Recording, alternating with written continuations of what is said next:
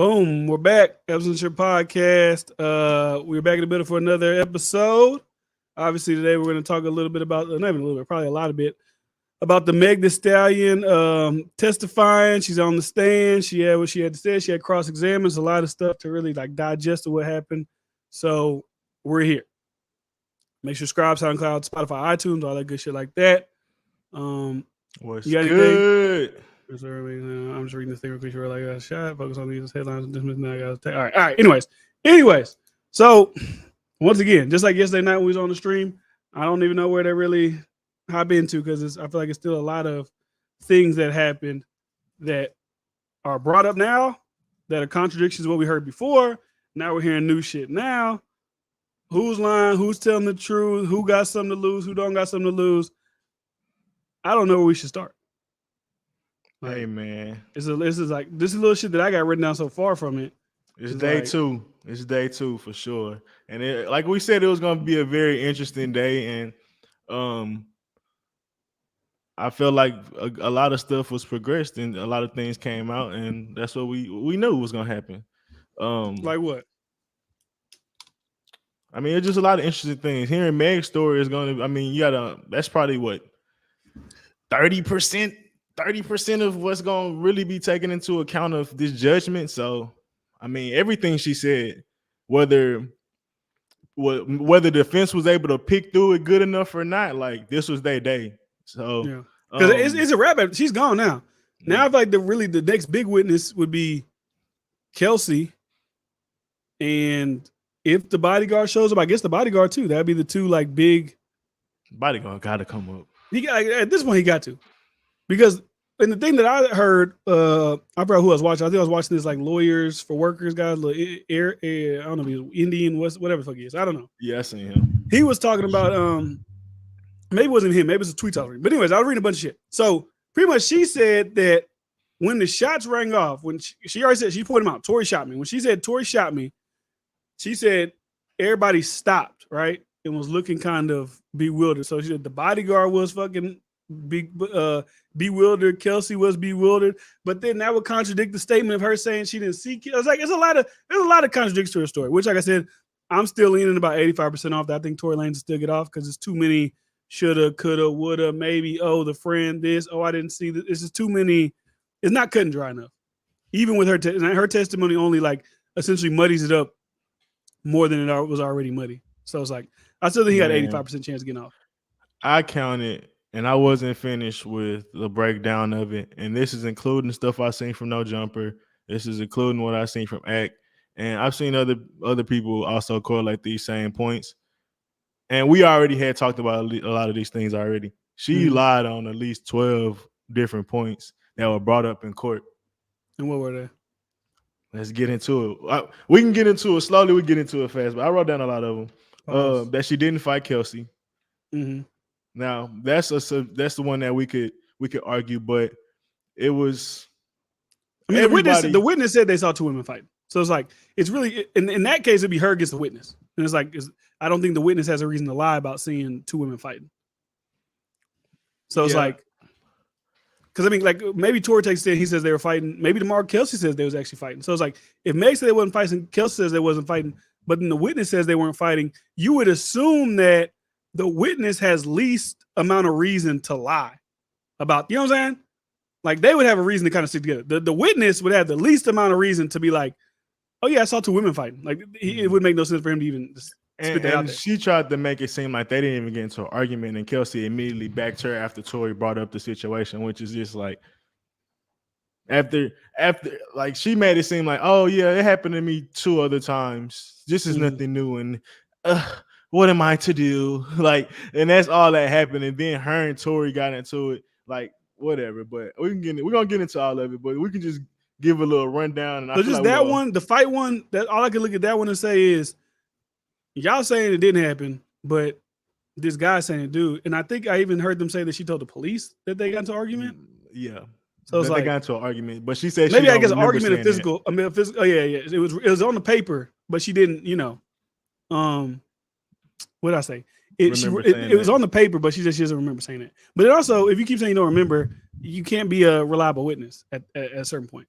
You just can't be, because you remember the most important detail of being shot, which I would think people may remember getting shot, but you remember these details that lead me down the path of Tory, but you don't remember these other details that may lead me down another path. So it's like, that's, as a juror, I would be like, I'm a little bit, skeptical. So I got some more. Her wig being the reason that she wanted to leave and her not being kicked out. She had no idea that anybody kicked her out because she wasn't behaving anyway, and that she really wasn't drunk because she had cooked food once Tory had got there. Also saying that she didn't invite Tory, which is also another lie, but all kind of tied into these different things. She didn't know. I saw things that said she did say she invited Tory, so she said she didn't invite him. In the court case, from what I heard, this lady could be wrong, but she's swearing on a lot of the things, and she's saying she's writing it down verbatim. That that she said she didn't invite him. Also that she didn't like invite him in and stuff like that. So that was another lie. But we can stick to the wig part because I feel like the inviting stuff, like, that's like, how do we really? Yeah, but I mean, we really don't know. But regardless of that, like, it's been, I think she said she invited him before or whatever. But the wig thing, didn't Kylie say that she kicked her out yesterday? Kylie was never at court. Oh, it wasn't? Okay. The defense said that's a part of their thing that they're going to say. Okay. Because the only way we can really confirm or deny that is if Kylie takes a stand and Kylie's like, oh yeah, I kicked her out, she's tripping. Because like, what happens if Kylie comes in and says, oh, I didn't kick her out, they left, you know what I'm saying, on their own. So I wouldn't say that totally crushes the defense, because like I said, Megan said a whole bunch of shit that's like here, there, you know what I'm saying, not completely the truth, misleading, whatever. So I wouldn't think that would throw a whole wrench into the defense thing. But she did claim Kylie didn't tell her to leave. And the only person that can essentially confirm that is either Corey Gamble or Kylie herself. Because those are the only people left at the party, I'm assuming. Unless they ask Kelsey, and Kelsey's like, yeah, she did get kicked out, And the thing about this one is that for at least 3 years that it was kind of known that, like, that was the narrative that she had got kicked out. And I don't think she ever went. I ain't gonna lie to you. I don't remember. I thought it was just like they was at the party and then they just left. I don't even remember hearing that it was like an altercation. Oh no, that was a big thing. I just remember like shit. This is what I remember hearing. I remember hearing like they got into the car and they was arguing because of what happened at the party. I don't remember being like, oh, I never remember hearing Kylie kicked her out leading up to this. Like I said, I couldn't miss that one for sure. I don't remember people saying, oh, Kylie kicked her out before. But regardless, I remember that one. That was one that I can recall. Let's see what else I wrote down. Obviously, I said she didn't invite him. This was just another interesting thing. She didn't really lie about this, but she rode with EJ, which was her hairstylist, and then left. Well, she didn't. I brought that up yesterday. I said, why didn't she leave with her stylist? She came yesterday. Like, not only that, is she moved her stuff and Kylie's stuff into the Kelsey. I keep saying Kylie. Kelsey stuff into the truck or whatever without Tory even knowing. Yeah. So that was kind of weird. That was definitely weird. Another thing that she was known a lot about that they called out was that she walked in the front of the vehicle instead of walking to the back of the vehicle, which is, she's in the front seat. Yeah. Yeah. And which what I saw is Tory's in the front. My bad. She's in the front. Driver's obviously driving. Tory sitting behind driver, and Kelsey sitting behind Megan. She said she got out the car, and I don't know how far away she was from the car before she got shot. That means Tory would have had to been so upset, hopped over the front seat, got into the passenger seat, either stepped on the ground or stepped, around the thing. I don't know how people keep saying, this is the only thing. People keep saying Tory can't shoot over the car. If the door is open, you can kind of shoot still. I don't know if he's like hanging over, but that's not even a her feet would be kind of hard. I was just thinking about that. But it depends on how close she was. It depends on how close she was. But Tory would have had to been so angry he hopped across the car, grabbed the gun wherever the gun was at. Knowing there was a gun under there, right? Like, how did he know the gun was there? I don't know if the gun was under there initially. From what we know, the gun was under there when they got caught. Because let's say gun maybe in glove compartment. We don't know. I don't think, and like I said, there's been so many different people speaking about this. I don't know if they said the gun was, if they actually have determined where the gun was before the shooting. I know there's a lot of where the gun was when they got caught, but where was the gun before the shooting took place? And the only people that really answer that, if that's their car, and if it is their gun and not Megan, her friend's gun, would be Tory and the bodyguard. Yeah, and that's another thing about the bags being put in Tory's car without him knowing. they don't know what was necessarily in the car, or I mean, in the bags where the gun could have came out of. So it could have been their gun for sure. And a big thing that was going to be interesting tomorrow is who um Kelsey said the bags belong to, because Meg said she don't remember who bags they were. She said she only remember having a purse, and really the rest of the bags was her stuff, well, Kelsey stuff. So that's kind of her pretty much saying if it was in a bag and if it did come from, it ain't gonna be my bag. And then she was like, I got plenty of bags. I don't know. I can't remember what bag I got. So she played dumb on that as well. So that who had the gun, where it was at initially, is very interesting. Yeah, all very interesting. But even with her walking to the front versus the back of the car, I don't know how much that matters. It just is like a clear detail that I feel like you wouldn't mess up though. I'm just trying to. Obviously, I don't know if they even stated. She was obviously drunk, right? So there's that. I think she's like the people that I was watching, like this black guy named Dennis, whatever the fuck his name is, Dennis Bryan, and that law guy. Like I could be getting, confused on what they mean by this. They was claiming it was like oh, this is a strong testimony. This was like that Dennis guy yesterday. He was like Team Tory. Today he was acting like shit. It might have completely flipped on whatever the fuck, you know what I'm saying? Because we don't get to feel the emotion. We don't get to see what the jurors are doing when these things are being stated. So I'm listening to a black woman. She gonna bring the tea. She gonna bring the tea as best as possible. Now obviously she biased, but she got a clear, like she got a clear slant. We can clearly see that. Yeah. But if she's just saying what's happening, but throwing her little sauce on, I get it. She's giving details out, but she clearly got a slant. But I wouldn't completely discredit her for having the slant, because she is just essentially within the slant. She is just stating what was being said.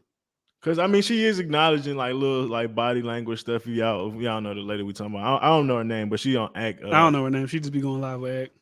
But she was saying like she'll answer a question no, but she'll shake her hand yes. Like she was saying little stuff like that. Whether she was lying, then she's lying, and we can't really go off of anything. But if she's telling the truth, I feel like those little details and body language that maybe them other people may not be seeing, or just may not think is important. But for black people, we eat that shit up. Social media, we eating that shit up. She did what with? I mean, so in my eyes, is somewhat legitimate to a degree. But I got a few more, and I guess we can kind of talk about some other stuff. But like as far as around the case, but her lying about her phone being dead, but it's on record that she called her manager after the situation, like after she got like distance from being shot or whatever. She ended up calling when she said her phone was dead or whatever. She ended up calling her manager or whatever. And either when she called her manager, when she got like to the hospital, I don't know if it was at the hospital, or after she got shot, or whatever the fuck the timeline was. But it's either in the police reports or something. But it was documented that it was pretty much that she had her phone, and she was kind of making up that her phone was dead for whatever reason, and that's the reason she got back in the car. Or something like, it was something like that. But I definitely don't remember the exact context and timeline to it. But that was something that was interesting as well. But I think too. How do you feel about, from what I hear people saying, is Kelsey texts the security guard as soon as they got back in the car that Tory. I thought it was like hours later when they already had been arrested. So they're saying as soon as he shot her, they got back in the car, she got shot, or she texted the security guard. Do you think that's like a cover up, or do you think that's like a fuck, we're scared, we're stuck in this car, we're with this person just shot Meg, we need help? Like, because I thought she texted her like a while, like, you know what I'm saying, the next morning type shit. I know it was like instantaneous, like in the car. Tory just shot Meg. Da, da, da, da. It can go both ways, man. It can go both ways. I do find it very interesting that Kelsey got immunity, man. You keep saying it. It's not confirmed she has immunity. Okay, that's not. Academics is saying a possibility, but it's not. We don't know. But if she had immunity, then that would be like probably the number one thing anybody's discussing. Because like, what do you need immunity from? But also, it's like, do y'all really think and this is a genuine question, do y'all think the prosecutors will give her, when you're saying immunity, or when you think of immunity, are you thinking like they know she's the actual shooter, or do you think they're saying, if we don't get him, we're not gonna go after you, even though you would be the next suspect? Which way would you rather? That they know she shot Meg and they're just like, we want to put this motherfucker away, or it's like, well, if he don't go down, the only other suspect we can go after is you. But if you do testify, we won't go after you if this one goes sour. I think it's a mix of both. I feel like I just don't see if they knew. Why would they convict Tory if they knew, like, if they have an inkling a friend did it, why would they jeopardize their case to give her immunity? Because that would have been like they'd be co-defendants essentially. Man, like I said, like they're trying to hang him. In my eyes, like they're trying to hang him. Because even the prosecution, see, look, bro, fake news, Bryce. Trail on the dick trail. Hey yo, what the fuck? Hey man, it's the truth. What they say, pop it out the mouth. That's that nigga for real. That nigga worse than Aiden. And they got fake news, y'all. What's going on, man? We trying to get the people the real shit. They look like Lydia no more than you. But nah, I lost my point. You entertaining this nigga. I'm just, I'm trying to keep the people engaged. Y'all can chat with y'all opinions too, man. I was gonna drop the link, let some people pop on this bitch. They wanted to get a little take, but I wasn't gonna do it immediately. Flying low in the building, NJ in the building. Salute to you, Trail here, Lydia here, boom, boom, boom. Also, this page has been changed officially to Absolute Insure. The name is Absolute Insure. The @name is Absolute Insure. So we here. Anyways, like I said, what I got written down. Oh, I remember. Okay, let's get it. The obviously she may the not immunity have immunity. I don't think she does. My thing is, how is Tory the main person in this situation? Why she's not? Because two people point him out. What you mean two people pointing him out? If two people blame a person, there's only 4 people there. Kelsey and Meg. But wouldn't it be this? So what the fuck did the bodyguard say? That's what was his statement? Was he a street nigga? He said, I'm not cooperating. Is that what's going on with the bodyguard? He just don't want to cooperate. He on some street shit. He feel like it's snitching if he does testify. Cause if it's 2-on-2, like I'm confused. Like what? Because if it's 3-on-1, then he's dry, right? He's fried. He's fried. The bodyguard comes like, no, hell no. Tory was in the back seat, but y'all see, he a little nigga. He hopped over here so quickly to the front that I tried to stop him. Yeah, the bodyguard got to talk. We got to hear what the bodyguard got to say. We just have to. It's like that is like, because we can kind of discredit Kelsey. She's probably gonna kind of go in line, especially they keep saying that she's the government star witness. Most likely she's not a hostile witness. She'll probably go with the same line that Meg went down. So like, where the fuck is the bodyguard?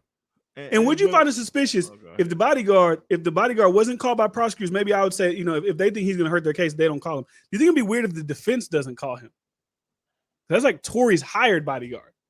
So you would think he would be if he because he has no reason to lie for him. Coming up, it'd be weird. He has no reason to lie for Meg. So like, you would think that'd be in the defense's best interest to bring him on if the prosecutors don't.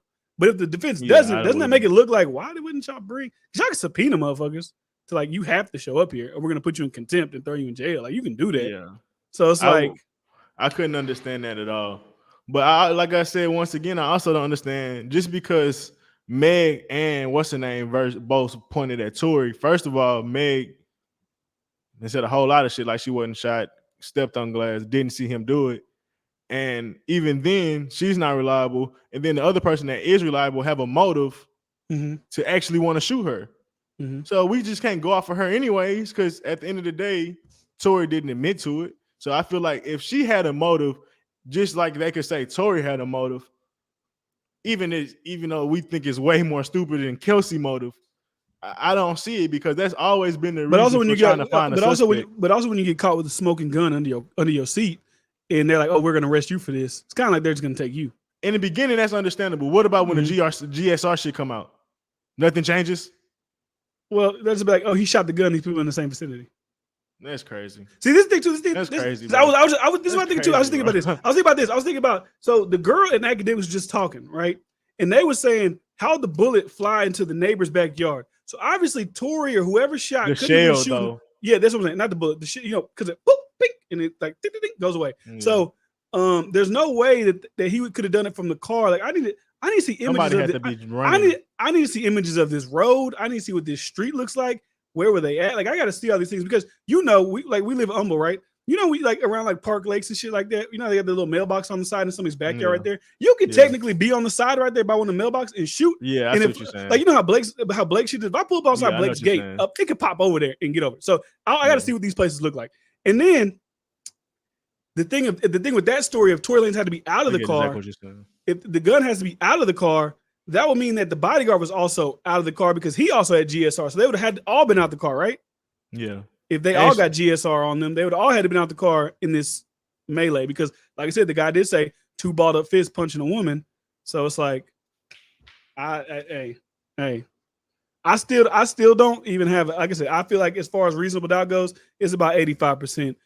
Tory gets off just even when Meg testifying, regardless of say she's a good witness, strong testimony, the defense really didn't eviscerate her, I guess, or whatever. I think Kelsey's the one to eviscerate because it's not really let's go against Meg because Meg's gonna have her story. If the defense's thing is a kind of not necessarily put it on Kelsey, but make people think that Kelsey did it, she's the one you kind of tear into. Because one, she's not the victim, she didn't actually get shot, but she has enough motive, she has enough whatever. So I'd be like, tomorrow when she's on the stand, they're going to be checking a lot more of her shit directly and more aggressively than Meg. Because you also don't, as a lawyer, don't look like you're attacking the victim. Because I guess optically it probably doesn't look good for the jury. But Kelsey, I think they're going to go like full throttle on her tomorrow. Nah, I'm at this point, I believe Kelsey did it, bro. I believe she did it. I cold-heartedly believe it. And also from what you just said, I don't think the prosecutor or prosecution, whatever they would be so strong on trying to defend her as much as they'd be trying to defend Megan and making sure she was good for whatever reason. I just feel like she's not gonna get spared like Megan will, even though she's not involved in the trial. Neither one of them technically is involved, which is so weird to me. When that's look at Trail. Hold on, my bad. I didn't mean to interrupt you, but look at Trail attacking a woman in the chat. What a fucking you calling her a dumbass? Calm down, Trail. Jesus Christ, is your fucking toxic masculinity seeping through the chat? Jesus Christ. No, we're not calling it toxic masculinity. Your toxic masculinity is seeping through the chat. Toxic. He's just toxic. I mean, she did call you a dick rider. She did call you a dick rider. We got a question. When they going to tell how much dick ride he be doing? When they going to tell his side? That's the defense's job. The prosecutors don't give a fuck about telling Tory's side. The prosecution cares about painting him as the bad guy. The only time Tory's side can be told is if Tory gets up there and he take the stand. And I don't know if that's going to happen, but you know, if he does, good luck to him. Because I do genuinely, because when you're on that stand, you're supposed to not be able to lie. Now, motherfuckers do lie on the stand. We know this. But I genuinely, because we've heard what Megan said happened. We're going to see what Kelsey says happened exactly. I need to hear what Tory Lanez says as the actual events. I want to hear exactly what he says happened. Because you would think in his testimony, he would have to say who shot her, right? He can't say he doesn't. He can't say he doesn't know.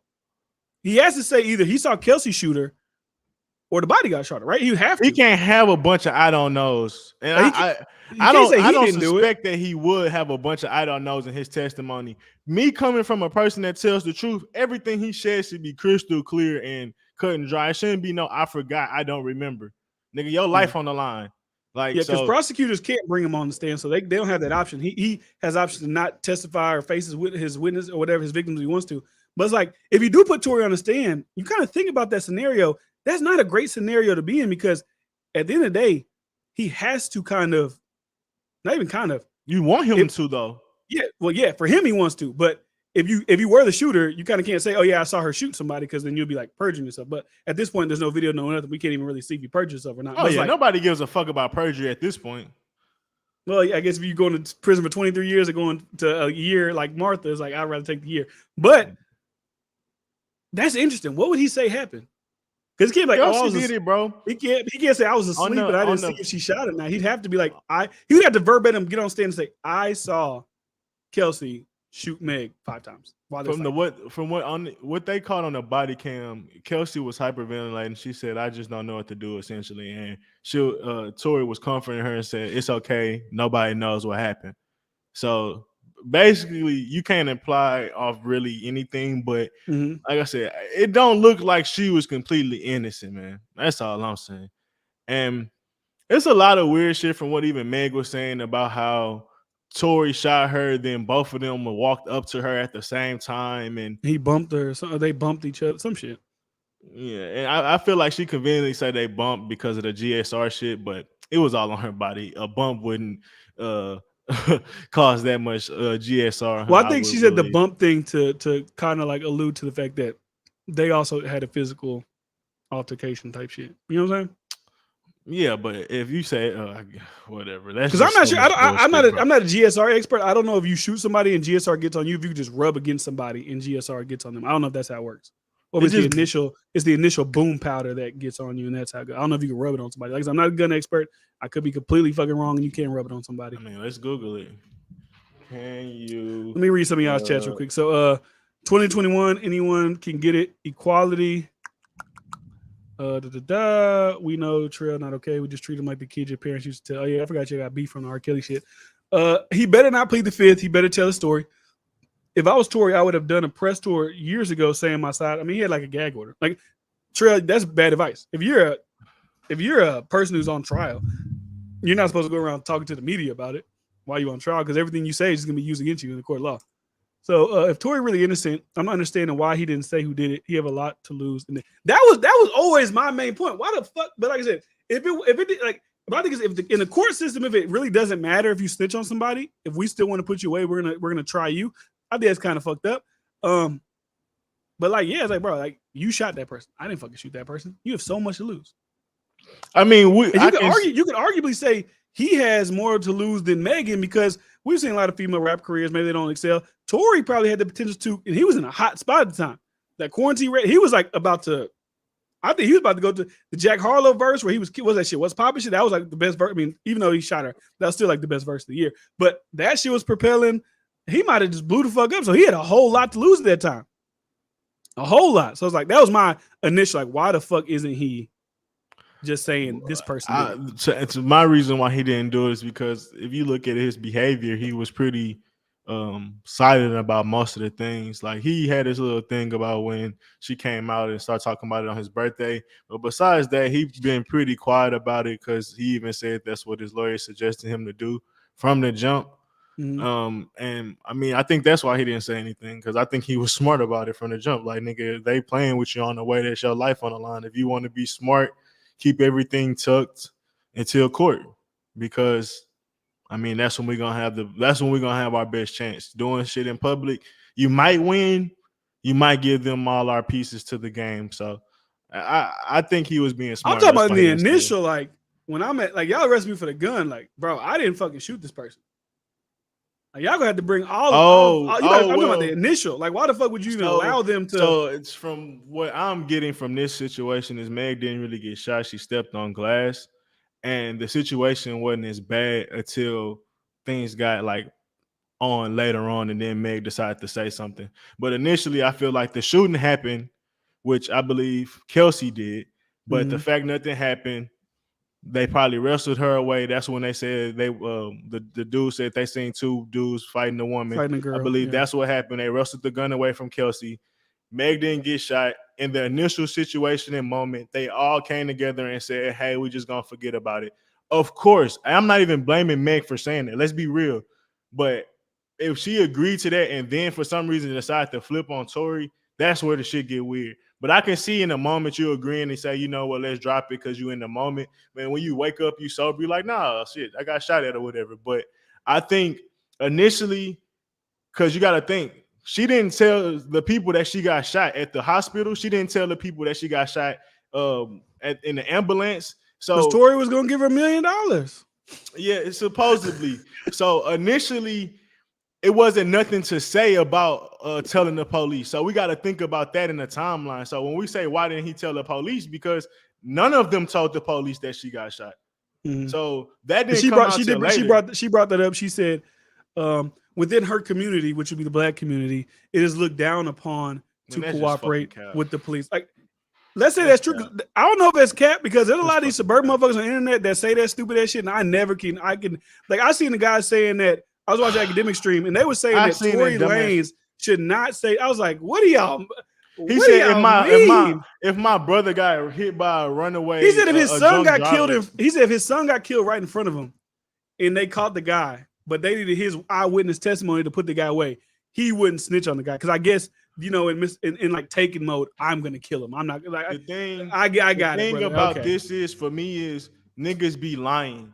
Because there's been many of niggas that snitched. And there's been many of niggas that, guess what? You want to know what else a form of snitching is nobody going to admit. So say somebody got shot, right? in the hood and somebody seen it. The people that find out that their brother got shot, they got to question the community or wherever the shit got happening at. So somebody got to tell them, somebody got to snitch to them to even figure out who shot them. Yeah. To go get that get back. So they participate in snitching all the time. Yeah. Like, it's like, bro, and my thing is they be fucking lying.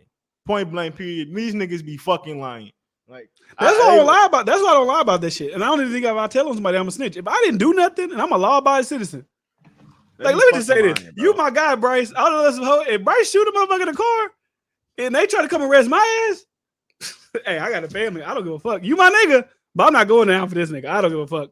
If people can be like, that's some whole shit, I'm not. I don't think you would hold me. But I'm just making the grand. I'm gonna be real with you. If I shot a motherfucker in a car, if you think I'm gonna let the police in come get me, I'm gone. I'm living in Bridges. I'm living in some forest somewhere. In Bridges. Like, nigga, if you think I'm gonna rely on the court system between me and you, nigga, figuring out, like, no, bro, I'm not. Like, come on, bro. Yeah. I'm not even expecting that to be a thing, my guy. Like, I expect you to do that. I expect for me to get caught, nigga. If I shot somebody, nigga, I'm not about to sit up here and get in a lying contest. Because, nigga, anything, we both going to jail. Fuck. Let me read what y'all saying real quick. This is all Tory's fault. He put himself in this situation. If Tory testifies, he needs to prepare for the plaintiff's lawyer to bring up his recent allegations to bias the jury. But the thing too, I think this is a lot of misconception.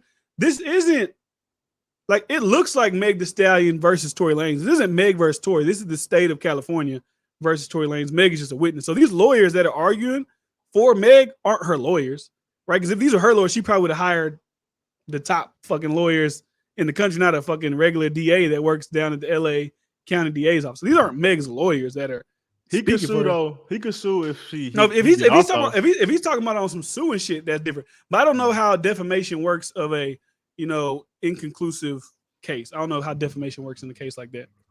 But I'm not spending a day in jail for no one. I'm a law-abiding citizen who faithfully pays my tax every year. We all telling on Bryce. I might be on the phone while he in the whip. I'm calling the police right now. I expect it, and I'm gone. Like, I don't expect nothing else. Tory should let Kelsey pop Meg. That's what I'm saying. If Tory was in the hey, once she start busting, like I said yesterday, BB, we driving because she's gonna be stuck here with the gun. I guess if you run away, it looked like you shot if you run away. So you maybe not want to run away. I'm gonna answer two things. Imagine if Tory actually did fucking save Meg and he flipped on her. Like, that's some fucked up ass shit. And she flipped on him. That's some fucked up ass shit. And then also she said this all Trail said this all Tory fault. He put himself in a situation. Obviously, to a certain degree, everybody should be held accountable because he was dealing with all these women of chaos energy, and this ended up happening. Everybody's drunk, everybody's wilding out. But what I will say is, at the end of the day, one of the other things she lied about is the driver not wanting to take her, and Tory had said he could take her, and that's why she left. And she also said she didn't remember being taken the first time and then coming back. But essentially, she came back to that party to get Tory when he handled the situation probably the best that he could. Whether she was upset, whatever was the wig, hey, driver, take her off. She gone with the best friend. Driver handled the situation. Meg, even if I'm not gonna say that, but Meg enticed the situation. No, I ain't gonna say that. I ain't gonna say that until after the case because then niggas gonna say some wild shit. But essentially, bro, Meg enticed this situation more further when she came back to Kylie's house after already leaving, bro. Like, yeah. And so when you say Tory put himself in this situation, bro, it almost feel like he got dragged to that situation because at the end of the day, she was already gone from the fucking premises, bro. So, man, that's all I had to say to what Trell said. I don't know. This whole case is even like I said, honestly, like I said, when I say 85% chance Tory gets off, it's not really up to us. It's up to the 16 people that's sitting in that jury box. I don't know how they're feeling after listening to all this testimony. I don't know if they're being swayed by emotion and all these things like that. And then I was watching that girl who was talking to X. She was like, it felt like she was coached. It's like, yeah, that's like, they're going to sit down with their witnesses and, hey, we're going to go through the story. It ain't like they just pull their witness off the street. Like, hey, be here tomorrow. We're going to just ask you a couple questions. They're going to kind of prep you a little bit before you get out there. So, that doesn't really shock me if the prosecutor and the witness are on the same page.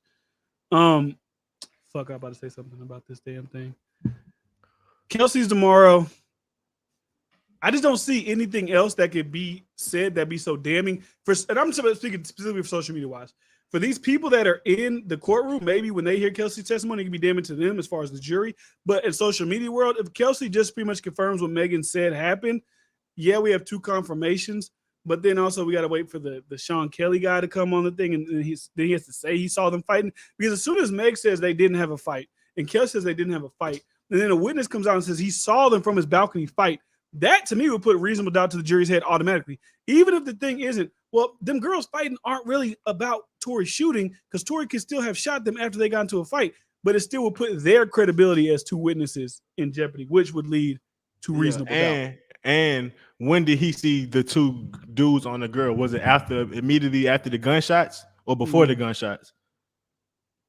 And even then, that kind of makes a little sense. It's like, well, they were both fighting her, then the gun went off. Like, I mean, I guess it could have been the dude, but he said the dude and 2 dudes was fighting the girl, not a girl and the dude was fighting the dude. Like, so you know, it just.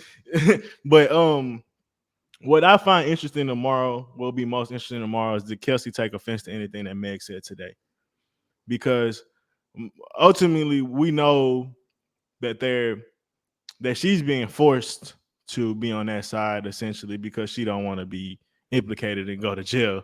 But I wonder would she slip up because of some emotional shit that maybe Meg slipped up and was maybe disingenuous, or maybe said that she didn't sleep behind my back.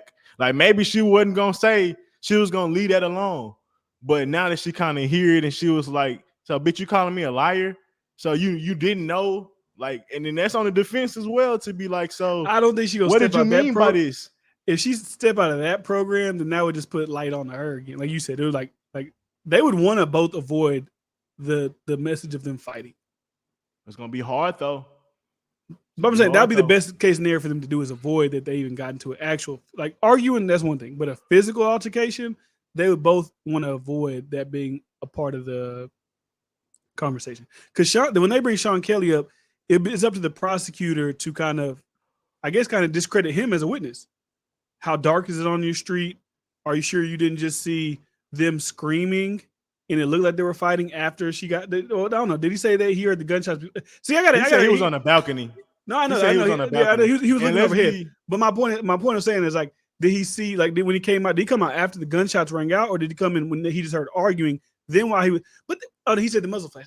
There's so much shit, bro. It's like, so you say he saw the muzzle flash, so he had to have seen them fighting before the muzzle flash, and then when the muzzle flash goes off, he would have had to see the bodyguard and Tory punching her. But he should know the exact location of people. Like he should be able to see everything. Like if he says that he saw because when he said, like I said, I hate these news articles. Like a news article says one thing, I need the exact police report transcript. When he said he saw the gun flash, didn't he say he saw the gun flash from the car and not from the street? Because because how academics that girl saying they had to be in the street. If a guy sees people in the street and somebody pulls it, you're gonna see who pulled that trigger. If you're in the middle of the street, if you and 2 other people, and I'm at a high vantage point, are in the street fighting, I'm gonna see a woman. If there's men and a woman, and I already identified there's a big black guy, a skinny black guy, and 2 women, I'm gonna know who pulled that trigger if I'm standing on top of my balcony. And the only way you would know that is if they were in the car. And it's just like you're just looking from the side. So what Trail said, I think he meant Kelsey. He did say the flash came from the woman's side. So yeah. We can act like he didn't basically tell us what he seen, and people can act like, oh, we don't know. But he pretty much said that he seen Kelsey shoot it.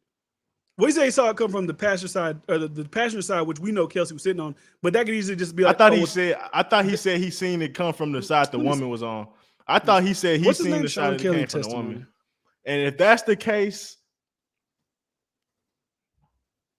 that's pretty much as damning as it gonna get. And even if it was the side that we know that she was on, you telling me Tory wanted to shoot Megan, so he jump across Kelsey and aim out the window and shoot from that window instead of just jumping out of his window? What's more believable? Because if she's really trying to make it seem like it wasn't Kelsey. If she's on that side, then he would have to go to that side, right? He can just get out the fucking car. Well, yeah, he could get out, run around, and yeah. I guess it is like Why when I look up witness in the Meg Thee Stallion case, it don't pop up? And think about it. If he's in the passenger seat at this time, she said she walked to the front of the car. He would have a better shot from when he was sitting there than trying to jump across the seat and be on top of somebody.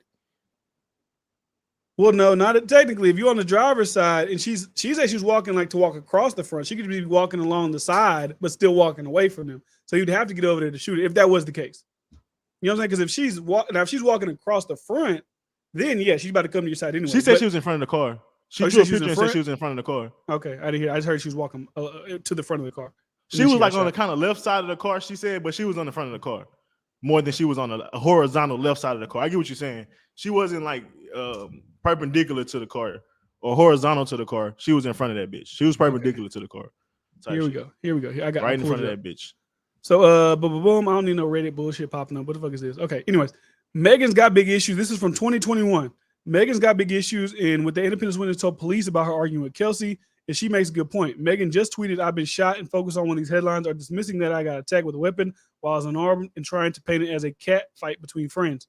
Fact is, even if there was a dispute with Kelsey inside the SUV, we know Megan was shot while she was standing outside the vehicle. Megan's openly said she got out of the car because she didn't want to argue anymore. So that too, because we have to distinguish between a fight and an argument. And if the guy said, I saw them arguing and not actually physically fighting, that's the difference, right? Meg said she didn't argue with Kelsey at all, though.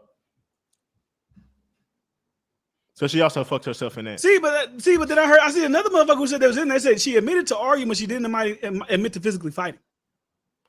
Today? She admitted to having like a little back and forth, but they didn't actually fight each other. From what I heard, she said when Tory brought that up, Kelsey immediately jumped on her side. TV. Yeah, I wish, but I know that's Megan's side not wanting to have her get embarrassed. But well, she can't. They can't control that. That's up to the they begged and plead. Hove pulled his cards. Oh, here we go. Why is LA I'm dead ass with that one. Not on TV? Big Wigs put that card on that one.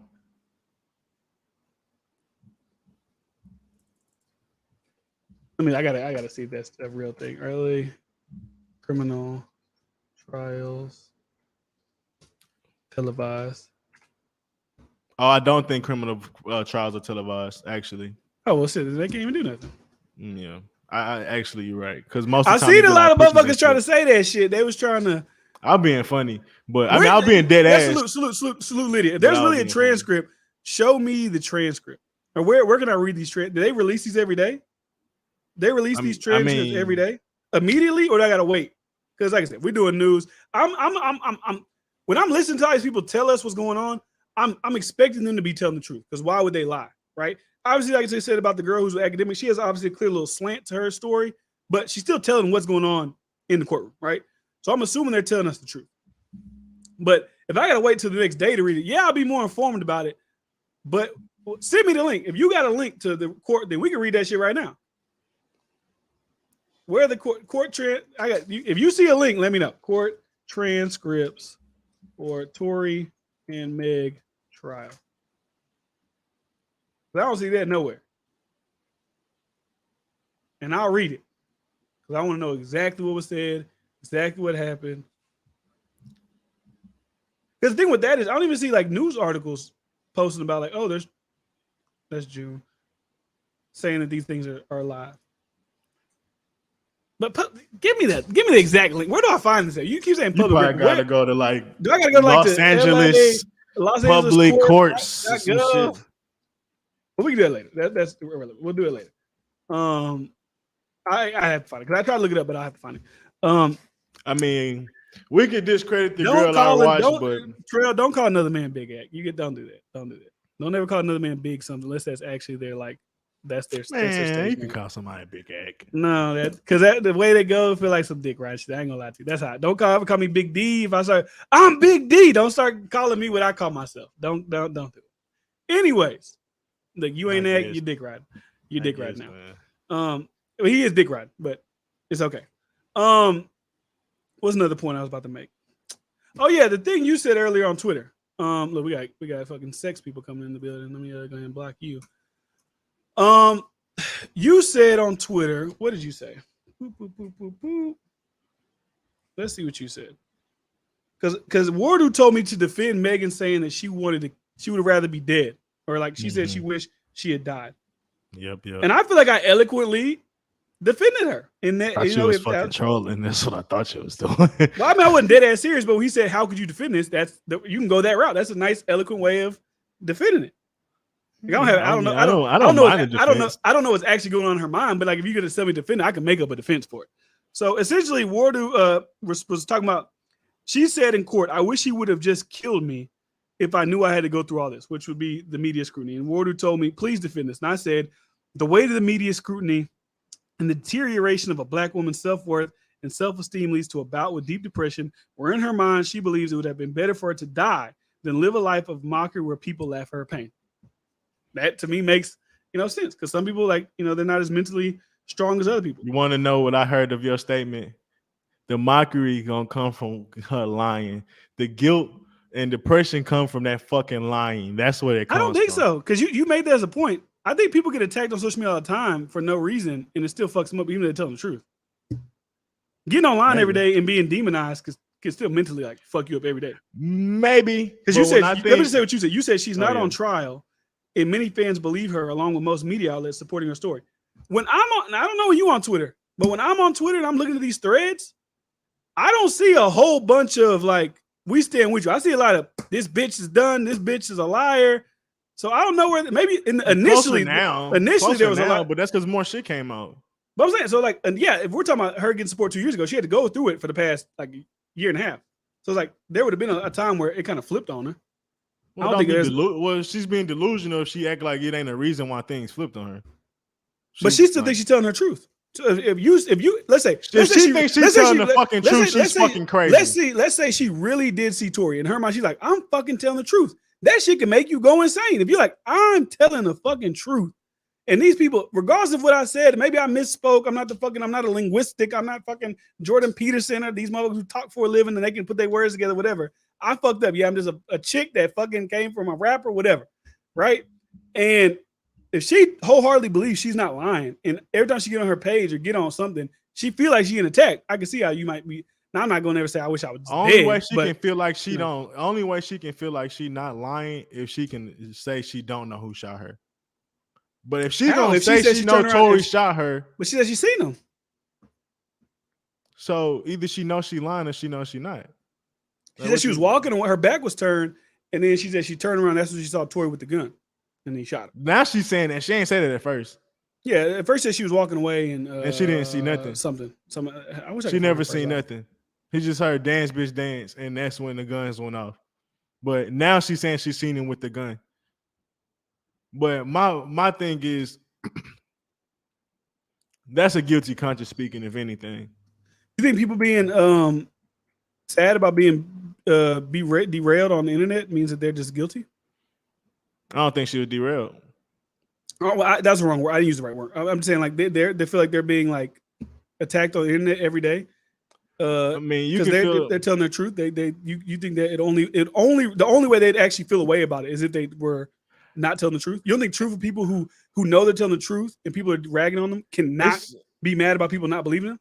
It's a very fucking weak argument. It's the same argument that they use with what's the guy from It's like gaslighting you. What's the guy from Pirates of the Caribbean? Johnny Depp. It's the same thing that his girl tried to use on him, and all the Twitter shit was being whatever. The problem with it is that it's just as many people supporting you as well. So yeah, you keep looking at the people that's doing that, but get over it. You're being fucking weak, and that's not a legit shit we about to bring in court. But obviously we talking about her and her feelings, but even that, it's like you choosing to be a victim when I feel like she's fucking lying. But even then, even if she believes herself, there's plenty of people that believes her. And everybody else that don't believe her is a hater. So what's the depression? She didn't get blackballed. Tory got blackballed.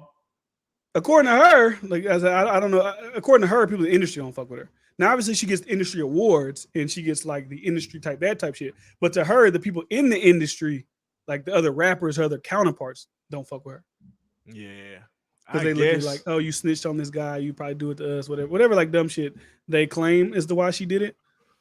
But I can still see you being upset. Like, if you think you tell the truth and you get slandered, even if there is people supporting you, not me. I mean, I guess even me. Like I used to do them videos. Like I said, when I used to do them reaction videos. Oh, first time listening to Eminem, and like a lot of people like, oh, this is dope. Da da da. When them negative comments come, you focus on them negative motherfuckers. That's the thing. You focus on the negative ones. Everybody do it. I talk shit to them, but I don't be a. But I'm saying, some people, but that's you. She a woman, first of all, and you're probably getting like one or two. You gotta think I'm getting thousands. Now you can say turn your phone off. That's legit. Like it's a different level of scrutiny that you probably get compared to what she gets. You know what I'm saying? Yeah, or what I would get or anybody on this type. I think what's more realistic is her lies are all coming in front of her, and just like she said, she wanted to make up a bullshit excuse and saying she don't know why she has to get on the stand. Well, let's be real. You playing with somebody's life and you basically implicating somebody's doing something. Of course, you're gonna have to fucking get on the stand. Let's not act fucking stupid, but she want to play victim. She want to play dumb, and I think this is all just all this stuff is coming to a head, and she feels guilty. And let's be real, most people with a guilty conscience, when things have gotten so big, they be willing a lot of times to be like, this is where I'd just rather just give up. And that's vindictive of somebody that's had a cowardly behavior. So it's everything makes sense to me and what I've been seeing from her. So her feeling guilty and things like that, of course she does. Of course she does. She's going to keep playing the victim because she's a coward. I think she's a coward. I really do, bro. So do you think Johnny Depp felt away, like, of his life being? He knew he was telling his truth, right? He knew, like, I'm not the fucking abusive one, but everybody believed he was. You don't think he felt like a certain, or he had no reason to feel a certain type of way? If he felt like he was really telling his truth. But Meg is not on that side. Meg would be on the other side because she. I mean, that'd be Tory. That'd be Tory. Yeah. So yeah, of course he can feel that way. He got blackballed. My point is just anybody just telling their truth and not being believed. That's not really like who's the defense. But when you say it's not being believed, anything, that could be anybody. That could be anybody in general. It had to be like a court thing. It just be anything. If you feel like you're constantly getting gaslit every single day, it's like, what the fuck, bro? When you say not being believed, bro, it's a fucking lot of people that supported Meg and it's still supporting Meg, bro. It's really. But y'all guys keep telling me it's only bots. Y'all keep telling me it's Rock Nation, so it ain't real people. I never said that. I've never said that. I say y'all, I say the Tory supporters. That's why I see it on Twitter. Like, I've never said that. I see legit black women supporting Megan, and it's in big numbers. I see real black men supporting Megan, and it's in real numbers. Like I've seen it way more in the beginning, but I still see it to today, bro. And to act like she's getting hate, because I've definitely seen it on the big platforms that most people condemn Tory. Most people on big platforms condemn Tory. Maybe there's a few rappers like Drake and DaBaby, but most people shied away from Tory. So her acting like, I don't know. I still see people with him. The only people I remember that was big that kind of spoke out against him was like Bun B, Max, like Houston people. Maxo Cream said something. I'm trying to remember any big artists that spoke out against him in the beginning. Now, I'm not saying there isn't any. I know there probably is. But I don't know about spoke up against him. I ain't say speak up against him. I'm saying shot away from him. That's all I said. Okay. And then I said big platforms, like actual big like media platforms that like shamed him and even pushed what Megan was saying, like believe black women essentially. The only person I saw that was really Ebro. It was more than just Ebro. It was way more than just Ebro. Because I like when I think about platform, like No Jumper didn't out the woodworks jump on her side. Academics didn't. I don't think Joe Budden out the woodworks. Oh, actually no, because Maul was on his ass. So Maul was like he a hoe ass nigga. So the Joe Budden podcast, I don't know Joe specifically. I'm thinking. I wasn't really thinking about. Are you talking about like CNN, ABC, E News? Yeah. Well, yeah, they don't give a fuck about this shit. They're gonna go with whatever makes sense. But that's what I'm saying. Like the mainstream. Okay. No, I'm talking about mainstream that really pushed this shit, and even like the people that's connected and would know that they can't offend those type of outlets. So obviously, the Breakfast Club and shit like that. Like anybody that got these ties to these big mainstream companies really didn't speak against her in any type of way. Now, of course, there were certain dudes, but it wasn't even. Kalani, bro, even she's a woman. She gotta separate herself. Kalani's even then, bro. Like I said, I buy more of the guilty conscience more than I buy is some shit that's going on with some shit she's seen on Twitter, bro. So let me ask you a question, because I've obviously moved from the Tory most likely did it to now I really don't know. What would it take for you? Because you're like hankered into Tory didn't do it, right? I'm more like in the middle. Who the fuck really knows? What would make you be like, he did do it? You had, at this point, you just have to see a video. It doesn't matter what nobody else says at this point for you. You're 100% he didn't do it at all. No way he did it. Friend did it 100,000%. I mean, I don't know. I guess I do need a video. I guess I do need a video because I don't see the motive. I never did see the motive. No one still planted a good motive for me. Essentially, and that's usually one of the things that you need to convict and make somebody a main suspect. Because even with Meg's story today, she was like, the second time I just got out the car because I was just tired of arguing. She didn't even get into how intense the arguments got, or the fact that it was just Meg versus them two. It was, them two versus him. Like, she didn't really get into the specifics of it, just that it had got more intense that she wanted to get out of the car, and then he decided to shoot her. But it's just like the leap from that to that, bro, is just so fucking significant. But she casually like doesn't go into that like it's gonna tie, like people not gonna. Well, I seen that he was calling them bitches and hoes, and pretty much like, y'all tripping, y'all doing too much. And then that's when they get to the career talk, like, your career ain't shit, nigga, your career ain't shit. They're getting that little back and forth. And then there's when Tory tells her, like, he's snaking you or something. Oh, for real? That happens all the time. She didn't say it today, but that's what they say happened. And then also Meg states that Kelsey wasn't fucking Tory. She just had a crush on Tory, and Meg was already fucking with Tory. She didn't want to tell her because she didn't want her friend to feel like, oh, I got a crush on this guy, but y'all have already, had sex. But it could still be that Kelsey openly told Meg she had a crush on her, and she still fucked. So that could still be a behind the back thing. I don't know how that conversation really went between those two ladies. So Flying Low says, if you don't point out Kelsey out as a shooter, I'm gonna think he did it. What do you think about that? If he gets on the stand and he can't name a shooter, what would that lead you to think? Because I think as a jury, if you're saying you didn't do it, you have to have seen somebody do it. So if I'm a jurist and you're not pointing out a shooter, I kind of would look at you a little weird too. At this point, yeah, it would be known. Like, what are you even doing on the stand? Yeah, because that's the only thing you're up there for is to defend yourself. Because the thing also is, like, your defense is pretty much saying that this person did it, or they're alluding to that this person also could have did it, right? So when we put you up there, you're gonna have to go that route as well. Because you're either gonna say the bodyguard did it or Kelsey, because the prosecution ain't gonna not ask him that. Okay, Mr. Lanez, you're saying you didn't do it. Okay, you said this happened. You were there. You have GSR, she is whatever. They too have pointed you out openly in court. They've said you did it. Are you in court today able to tell us from your side who did it? And if he can't do that, and I hope he don't do it because of some bullshit niggas, because people on the internet, they're gonna say the bullshit. Oh, because he didn't want to snitch. Cut that shit out. We got to stop that bullshit. We got to stop that real nigga. This is about your life. This is about survival. I couldn't see Tory doing that. I really just you can't see him not saying it, or you can't see him saying it. I couldn't see him not saying anything. Okay. Not how he talk about like you fucking with his life, you taking him away from his children, his career, his love, like everything. Like, he's risking it all not doing that by trying to be a stand-up nigga. I don't think that's a definition of a stand-up nigga at all by any means, and I don't think he does either. I don't think that's the rules he playing by. I hope he ain't. And I said this earlier, but I could kind of backtrack on this a little bit. I don't necessarily think if he doesn't take the stand, that means that he's guilty, because if his defense is telling him these two ladies are burying themselves, there's no reason to bring you up there, because bringing you up there only opens up to who you have to point somebody out. If we already believe the jury's looking at them like they're fucking not credible witnesses, there's no reason to bring you up there.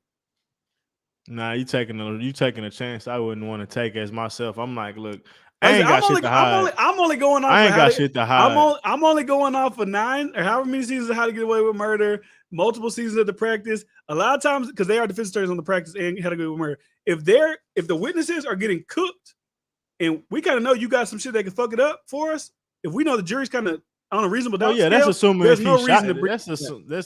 That's assuming if he did it. I don't think he did it, and if that's the case, there ain't no reason not to get on there. Like, I mean, it wouldn't be no reason not to get on there. But if he don't get on there, then you could be like, oh, you may have some shit that you could risk if that's the case. But yeah, I guess if you're saying if he don't get on, yeah, maybe that's the case. Maybe. Because that even in my mind, I'm like, bro, why are you taking that risk to saying, oh, we cooked them enough? Like, or we'll just hope that they looked less credible, said the jury. Let's just hope that the jury thinks they're not credible. Yeah, well, but that's like 27 years of hoping that was enough. You're 23 years. You're betting 23 years of your life that they won't think this, right? But also, what I'm curious about too is right before trial, why did they add the additional charge? Why did they add the negligence of gunfire? Was that because they thought that the assault thing would maybe get not guilty, but they could kind of get him on this one and still get him 6 years? Like they threw that in. That was like a last second charge that got through in there. So I'm wondering why they added it in at the very end. And that's a very weird term. Because sometimes they do throw in other charges when they kind of feel like the top charge might not stick, but they can get you on this one.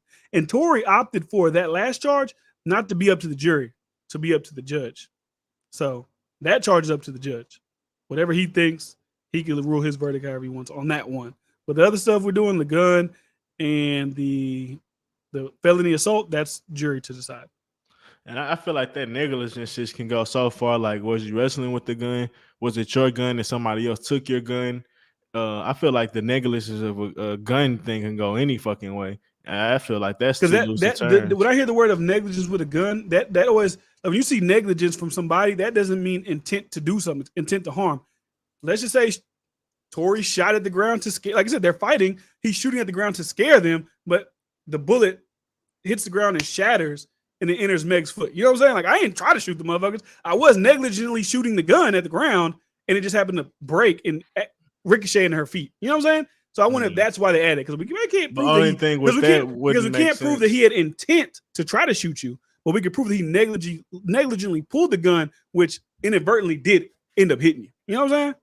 Yeah, but what don't make sense about that is they seen two dudes fighting one girl. Like, I'm not, like, I can't lose like that in my mind. Like, I just don't see how that's not like some of the biggest thing that's being talked about. The dude saying he saw the girl get punched? Yeah, well, if they were fighting and then he shot, it's like, what the fuck is this timeline? Like, when did he start fighting them? The two dudes start fighting the girls, and then they let them go, and then Meg and Kelsey start fighting, and then that's when Tory shot. Like, is this what's going on? I don't think so. Maybe it was 2-on-2. I don't think so. It was 2-on-2. So. I believe Meg was getting into a fight with Kelsey. I don't know who the fuck was winning. And Kelsey got the gun. And why the bodyguard and Tory was fighting Kelsey to get that shit off of her, some shots probably went off. And that's what they charging Tory on. That's what everything to me is making sense. That's what the negligence is, what I feel like they'll say. Because you was wrestling and somebody had a gun. And we ain't charging nobody else, and you was a part of that, this person being something. So somebody gotta take a charge. Like that's what I'm really saying, man. But chat look lit. Oh, they popping on. Let me see. So, why would you speak against her if you don't know when it'll just be opinion based? I guess that's more to you than me. What you mean? We can answer that. What you mean? Why you like if you can't really tell either way if it was Tory or it's inconclusive. We can't really pinpoint anyone that did it. Why are you just so gung ho to that the friend had to do it? If nobody else could really dial in who did it, because it could be either one. Why just be like, nah, fuck that. She did not. Because I believe Meg is lying about her fighting. Because my logic believe they fought off the shit that she was offended about. She literally said it happened to her 3 times. That's what Kelsey really feel in her heart. She ain't just say that shit for no reason. Excuse my language. I don't really mean no offense to it, but she really said that. I'm talking to Lydia. She make, I start cussing. Sometimes people may take offense. So I was like, I don't really mean. I'm not being aggressive. Yeah, I don't mean anything by it. But essentially, I believe they got into a fight. Witness said they got into a fight. Meg lied about them getting into a fight, and I believe that is a big part of why Meg lied, because it's something that's really there that she's trying to hide, and there's a reason she's trying to allude to saying, I don't remember if I said anything to Kelsey after she said that I backdoored her 3 times. I don't remember. I don't think I said anything, and I feel like most likely I didn't say anything. Essentially, is what she said. So stuff like that is what make me speak against Kelsey, if that's what you're saying. And if you're saying why am I speaking against Megan, it's because she lied, 12 times. Okay. What we got there? What else we got?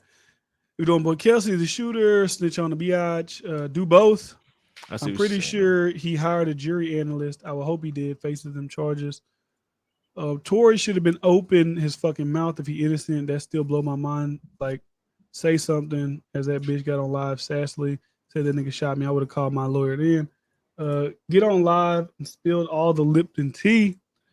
I was saying if I was a big platform like the Breakfast Club or something, I wouldn't take. Oh, he said if you okay, you said if you're the Breakfast Club, I'll keep my opinions to myself until trial is completed. Okay, you weren't even talking about Bryce specifically. You was talking about just place like the Breakfast Club. I see what you're saying now. Where's this at? I seen him fucking reading over something. But yeah, I mean that makes sense because my bad. This ain't the fucking one he did yesterday. He was on for like 10 hours yesterday. But anyways, I'm about to make a point. I forgot a point I'm about to fucking make. Oh, you said something made sense. Snitch on, do this. I think, like I said, I said Kelsey was the most compelling one to go next. I think Tory's probably the most compelling one to go. Because I have to hear what we got. What Kelsey said. Kelsey said this happened, right? You shot her. We got this person saying you did this. How does Tory Lanez say these events went? How does he break down how the fight took place? That's what I think we need to look into. Okay, here we go. I'm reading this. Okay, boom. Here we go. I found it. So, how the fuck he found this? So, anyways, on Sunday, approximately at 43:50 hours, my partner, Officer Olivia, Officer Diaz, were assigned Hollywood Patrol Unit, in full uniform, driving a marked black and white police vehicle. We responded to multiple radio calls from an ADW shooting that occurred on 1801 North. You know, we have the address. We can look that up and see what that looks like. Let me make this smaller. You know, he's like, oh, what's the house look like? Mm-hmm. Let's go to Google motherfucking Earth and figure this one out. We can see the crime scene right here. Let me get this address in there because we got to see it. We got to see what kind of, what we're working with. 1801 in Nichols Road. 180. I can write this down. I'm a fucking idiot. Sorry, people. We about to look up this address. We got to see what the street looked like that this took place on. That's going to give us a better idea of how shell casings pop off in the backyards and all that type of shit like that. So search Google Earth 180, bitch. I'm looking right now. 1801 in Nichols. The Nichols Road? Nichols Canyon Road. Los Angeles. Boom. Let's go. Google Earth me, baby. Let's zoom in. Yeah, I could have been in the backyard. Let's zoom in, baby. Let's go. Let me share my screen real quick with y'all real quick. Share the screen. This one. And boom, we're here. Nichols Road. Let's go. So if she got shot somewhere around here, how do I turn this motherfucker? I need to be able to turn it. How the fuck I need to, maybe I can do it right here. Let's see. Let's go. Turn it one more time. Boom. Turn it again. Come on. All right, whatever. So this is the driveway. All right. So this is where it took place. This shit is shitty. Let's make it 3D. So this is where it took place, somewhere around here. So the streets are very small. So that would mean which backyard did it pop off in? Did it pop off in this backyard? We can't see it. We can't see anything. Oh, y'all can't see? Oh, I'm tripping. My bad. I'm tripping. My bad. Did it pop off in this backyard right here? Did it pop off in this backyard right here? Because these are the front of the houses on this side. So it couldn't have flew over to the canyons. So it had to fly over to here. You know what I'm saying? If this is their backyards. Which, if they did park on this side of the road, you can see how, but if she's on the passenger side, that would make no sense. Unless, see, if they're driving this way, look up the crime scene so you can kind of get a little reference point. But that would the scene where they get pulled over at, that's not the thing. I don't think that's okay. Never mind then. Yeah, that's where they just got pulled over later on. But if they're driving this way and Meg is in the passenger seat and Kelsey's behind here, Tory's over here, they claim Tory popped over here, shot. Bullets could technically fly over here into this backyard, whether it's this backyard or this one. You know what I'm saying? So this is something I wanted to. My bad. I thought I had it on the screen. Anyways, this is what I was looking at right here as far as the Sean Kelly thing. So, canvassed the area for any possible victims and suspects. Met with witness Sean Kelly at the rear of 1841 Courtney Avenue. Kelly stated he looked out his bedroom window and heard arguing outside. Kelly observed a black something. Damn it, academic. Why the fuck you covering this up? With the passenger side door open and two women fighting in the middle of the street. So he's saying they're fighting. So we ain't got to speculate. Sean Kelly is saying, in people may be like, well, maybe he's saying fighting is arguing. Maybe he's not saying physical fight. You can do that, whatever you want to do. You want to legalize it? Legalize it. He also observed a large male and thin male at the location. After that, they got into the vehicle. The suspect then made a U-turn and left the scene, during which I observed and recovered 4 bullet casing, an acrylic nail, a yellow pendant with clear stones with the K. Nicole logo, and took blood off the ground. Then they searched the area, yada, yada, yada. So he said that he saw a fight. Right? So let me cut that off. Get down. Boom, boom. Let's put the camera back on. Anyways, he's a D from me. Ask your dad. He called me Lil Dick, but he's such a dick rider. So what makes me confused is they got into a fight. To what point do we get to her walking in front or behind the car and Tory outside the car saying "dance, bitch, dance"? Like when does that now translate? If they're into a live fight and these are the ones going at it, where does Tory now come out of himself and saying "dance, bitch, dance"? Like when does that happen? Because maybe on record. Maybe you said it's 2 against 1. He like, fuck these hoes. Both y'all bitches dance. Bye. I'm shooting both of y'all. But but that's not what she said though. She said she didn't fight. She was walking by herself. Yeah, she said they she were all in the car or at least close to the car. You ain't telling me there ain't now in this little subdivision I just showed. There ain't one goddamn ring doorbell or motherfucker back door fucking video or something. Nothing. Come on, man. But that's a big puzzle I need answered. You need the fight part answered. How did that translate to the shooting? To her now, so let's say what she said happened. So they stop fighting. Now what's the name? Get in the car. Do her and Tory now go back to arguing? And then where do we get to the point of the bodyguard and Tory being on Kelsey? When does that happen? So it's some pieces of the puzzle that I think, honestly, Kelsey, I think the defense can make Kelsey's an interesting conversation. If they don't do a good job, then it probably won't be as interesting. But you said Kelly, I need to know what Kelly has to really say about everything, bro. Kelsey. I got it. No. I thought Kelly was a witness. Oh, Sean Kelly, the witness. Yeah, I thought Kelly was okay. So I need to hear I think he's going to be very interesting to see what the defense has to say about this situation, because do you think I need his timeline? It changes everything if he says, I saw them fighting in the street, but when I said fighting, I meant just arguing. To a degree, but she said they didn't argue. No, she said they had an argument, but she said the argument in the street.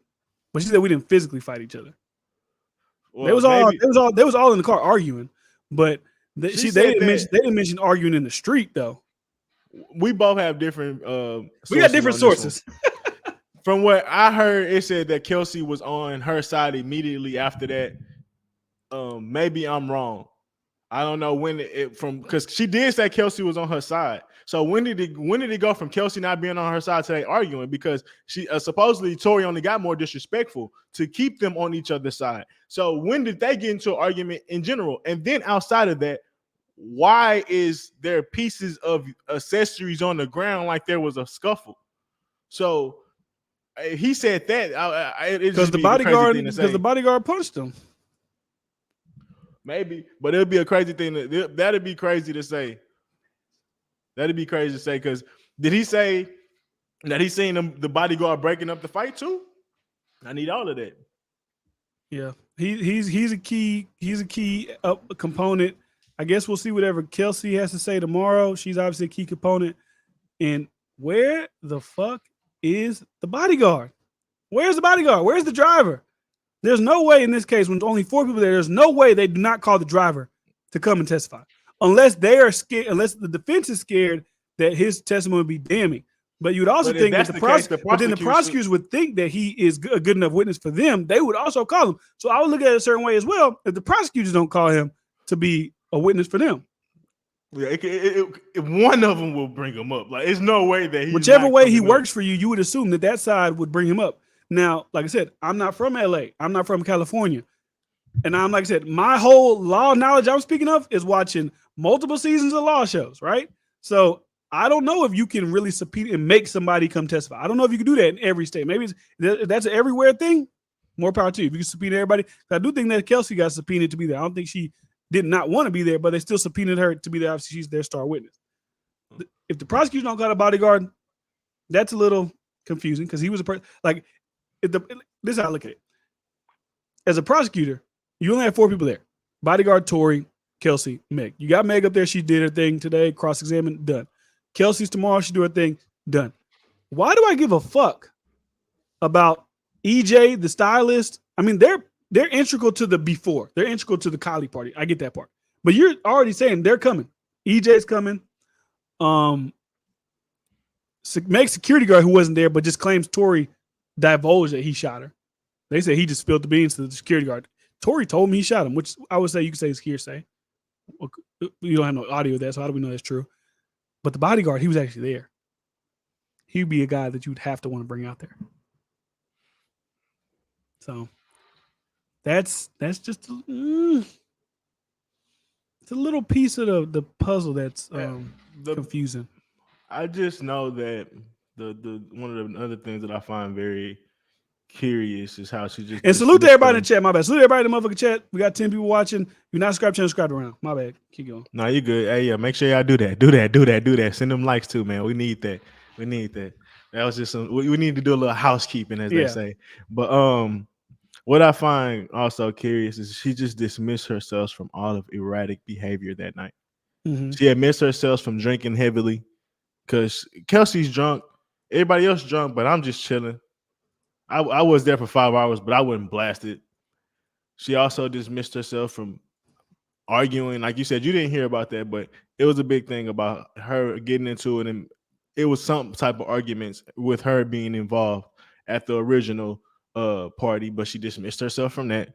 She dismissed herself from arguing with Kelsey. It's just hella convenient, man. Like, if she's telling the truth, then I'm an asshole and I'm missing it, but it's just hella convenient because it's 3 occasions where even the dude, Kelly, they were fighting. I didn't fight. But too many different occurrences, Mr. bro. Kelly, was it on your street? Because you can really do it. On your street, there's not really too many street lights. And you're saying you're from your backyard, which is a little bit further from the street. Are you sure that you got the correct angle on looking at that? Are you sure you got that right? Were you maybe a little high that night? Maybe a little sip of wine. Were you a little? I'm curious to see if the prosecutors try to discredit because they would have to try to discredit him, right? If he contradicts Megan's testimony, they would have to try to discredit him. That's a dangerous precedent because you say he's what? A little intoxicated, huh? They're all intoxicated. So what are we talking about everybody on here? That'd be a very dangerous line to push with your witness when some of your other witnesses have that same shaky and I want to be a lawyer. He might have had a drink. He might have had a drink or two. They was at a fucking party getting blasted. Meg said she had 6 shots before Tory got there, from what I heard. From when I was watching the academics and that girl talking, she said that Meg said she had 6 shots, but she can't recall she was drunk. Y'all always call her Meg big. 6 shots may not put her down. Y'all say that she big, horse, all this shit. 6 shots may not put her down. She might just feel a little buzz off 6 shots. We don't know. Krayshawn, what's the girl name?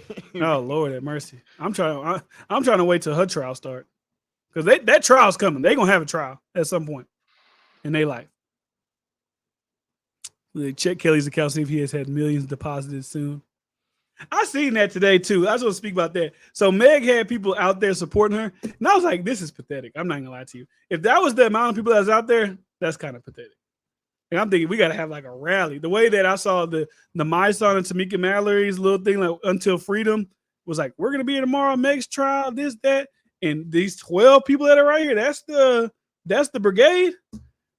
That ain't really a great representation of support for Meg. You'd have like get 150 people out there. Like, let's really do it up. Let's really have people out here support me for real. So let's see. So Tory told him he shot her and he ain't put hands on him. Hold on. So Tory told him he shot her and he ain't put hands on him.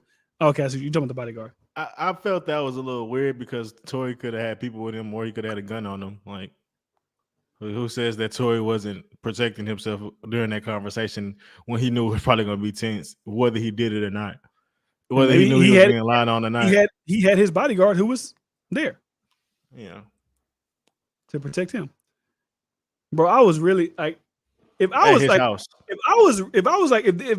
this shit was my full-time job, this media shit, I could promise y'all, I would have flew out to that motherfucker. I would have been, because I don't like how this second. I would have been sitting in that bitch, coming home every day. All right, Bryce, we going live. We got to talk about this shit. You know, fuck that. Me and Bryce would have both been in LA flying in, because, you know, he might be like, you might be lying. You team Megan, nigga. You might be trying to skew the narrative. I got to hear that shit too.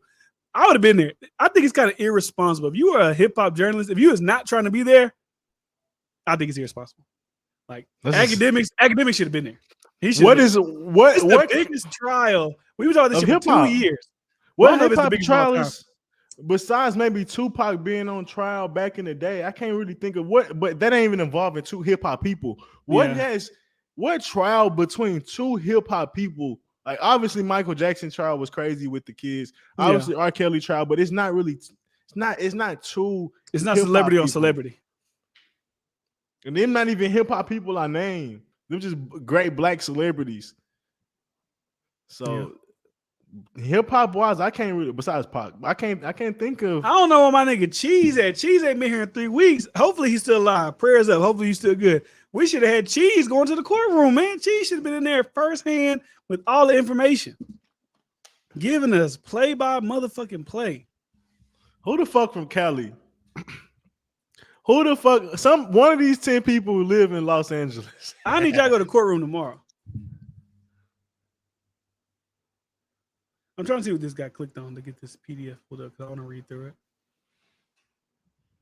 How do you, while you clicking through, how do you feel about her conflicting thing from the prosecution? Because there was a few things that even like No Jumper part out that she said different from the prosecution. Like when they said the prosecution said that Meg and Tory was, Kelsey and Tory was next to each other.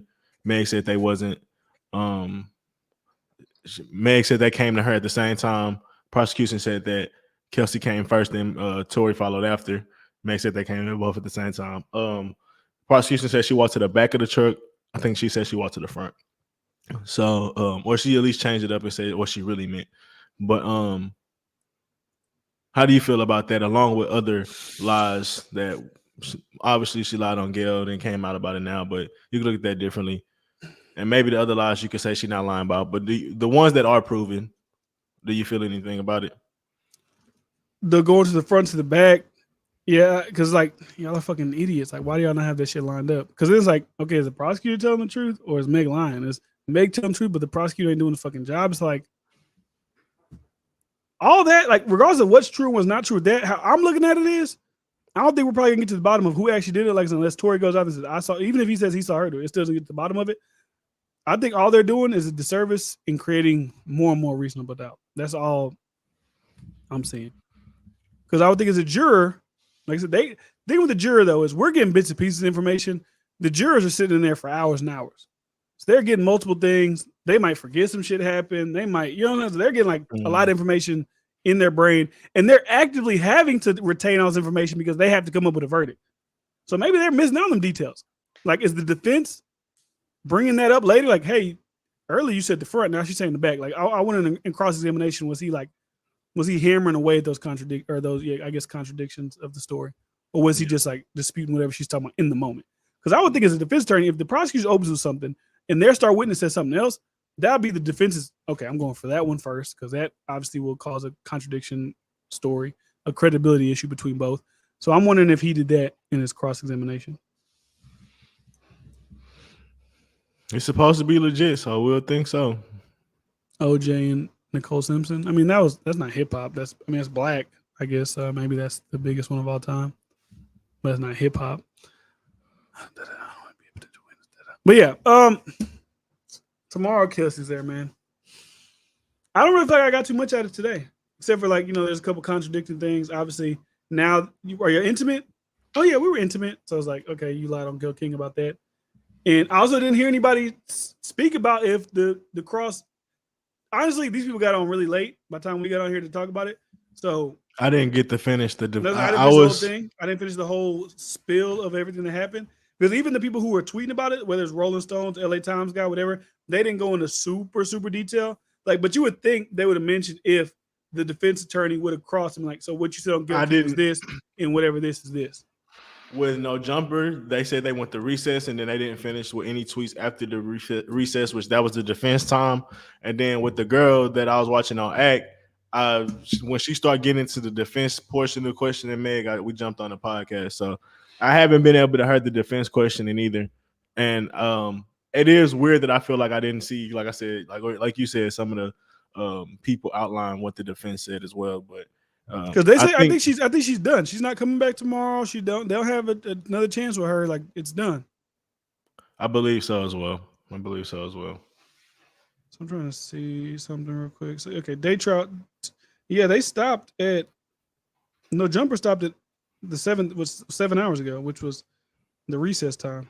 So they didn't even get back on to talk about, the defense part. And what the girl said, she could have been lying or being exaggerating, but she said that Meg kind of came back a little disrespectful and even more animated than in the beginning. See, she said that, but the lawyers guy that I heard, she came back more confident, more of a great witness. It seems like we got multiple different, you know what I'm saying? She was confident in her thing. She had a great story. She was able to, even when the defense was coming after her, she was able to stand her ground and make her points. So I believe the girl then. It sounds like exactly what she said. Well, that's how you believe the girl, because she's like... Because you said, in their terms, that's what they're going to call it, because I'm not saying that they may be biased towards Megan, but in their mind, when you say it's disrespectful, is it disrespectful or is it just I'm confident in what I'm saying? I believe that it comes off as an arrogance, because even someone else said she was overly animated. And I don't think that the person that said she was animated was on Well, she said she was emotional and animated, which can mean like I'm emotional, I'm crying. Animated don't mean like, bitch, I'm like, it don't mean like that. It just mean like I'm like overly emotional. Animated is one of them passive aggressive labels that people put on people. But you're taking that into what you think. Just because someone said, like, I don't think the Nancy Dillon saying she's animated means like she was like, I'm pretty disrespectful.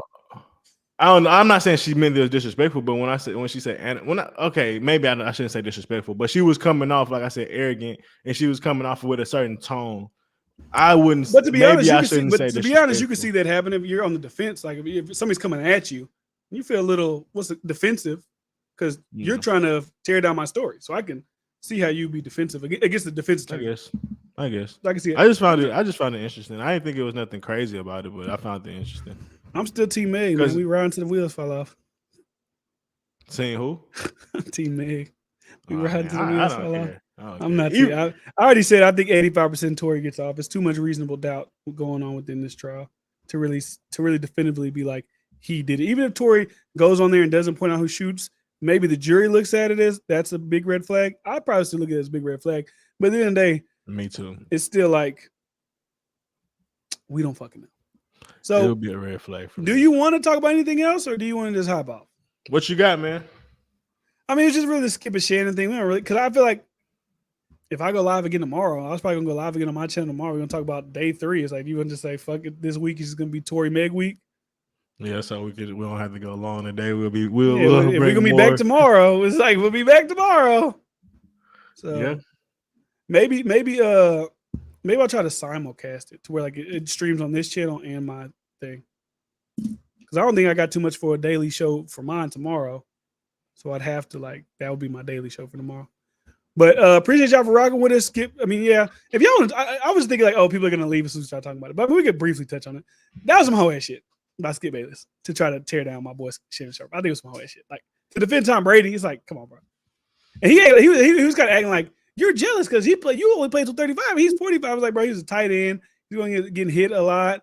He probably had some type of knee injury or whatever the fuck happened. And he's at the end of the day, it ain't like Shannon is some bum ass football player. He's a Hall of Famer. So regardless of I didn't get to play an extra 10 years like Tom, I'm still that would make more sense to me if you was talking to some bum ass football player who is on TV now, but he's no near level Hall of Fame type player. He's not the top 5 greatest at his position. Like that'd be different if you're talking to some regular motherfucker, but you're talking to a Hall of Famer. So it's like, bitch, who you talking to? That was some emotional ass shit from Skip, man. That was some funny shit because he clearly was offended about him talking about his white god, Tom Brady. And to me, if we really want to get into it, yeah, Tom Brady's the greatest quarterback. He's great, but let's be real. Yeah. It takes a fucking team, and he has some great ones. Some all-time great defenses, along with an all-time great coach. Man, let's just be realistic, man. So we're gonna talk about Shannon, bro. Championships, Hall of Fame, and Top at the end of the position. day, I ain't gonna say his position is harder, but his position is just as reliable. And the motherfucking quarterback need a tight end. God damn it. Yeah. So look at Gronk or look at Wells Worker, which is another variation of a damn tight end. Like, if we're gonna get into the sports conversation, like it's just dumb of Skip to even bring that shit up on many fronts, bro. Because Shannon was fucking great in every type of way. And so what you gonna say? You can shit on every person. You can shit on Randy Moss. You can Anybody. shit on Jerry Rice. You can shit on Deion John Sanders. Elway. You can shit on any of these other even great court. Aaron Rodgers. Like, they can shit. You're mad because you didn't win 7 Super Bowls like he did. It's like, no, pretty much nobody can say nothing about Tom Brady. Nobody. If Shannon Sharpe can't say shit, essentially nobody. Even Peyton Manning, how great Peyton Manning was, he can't say shit. He not playing as long. You mad?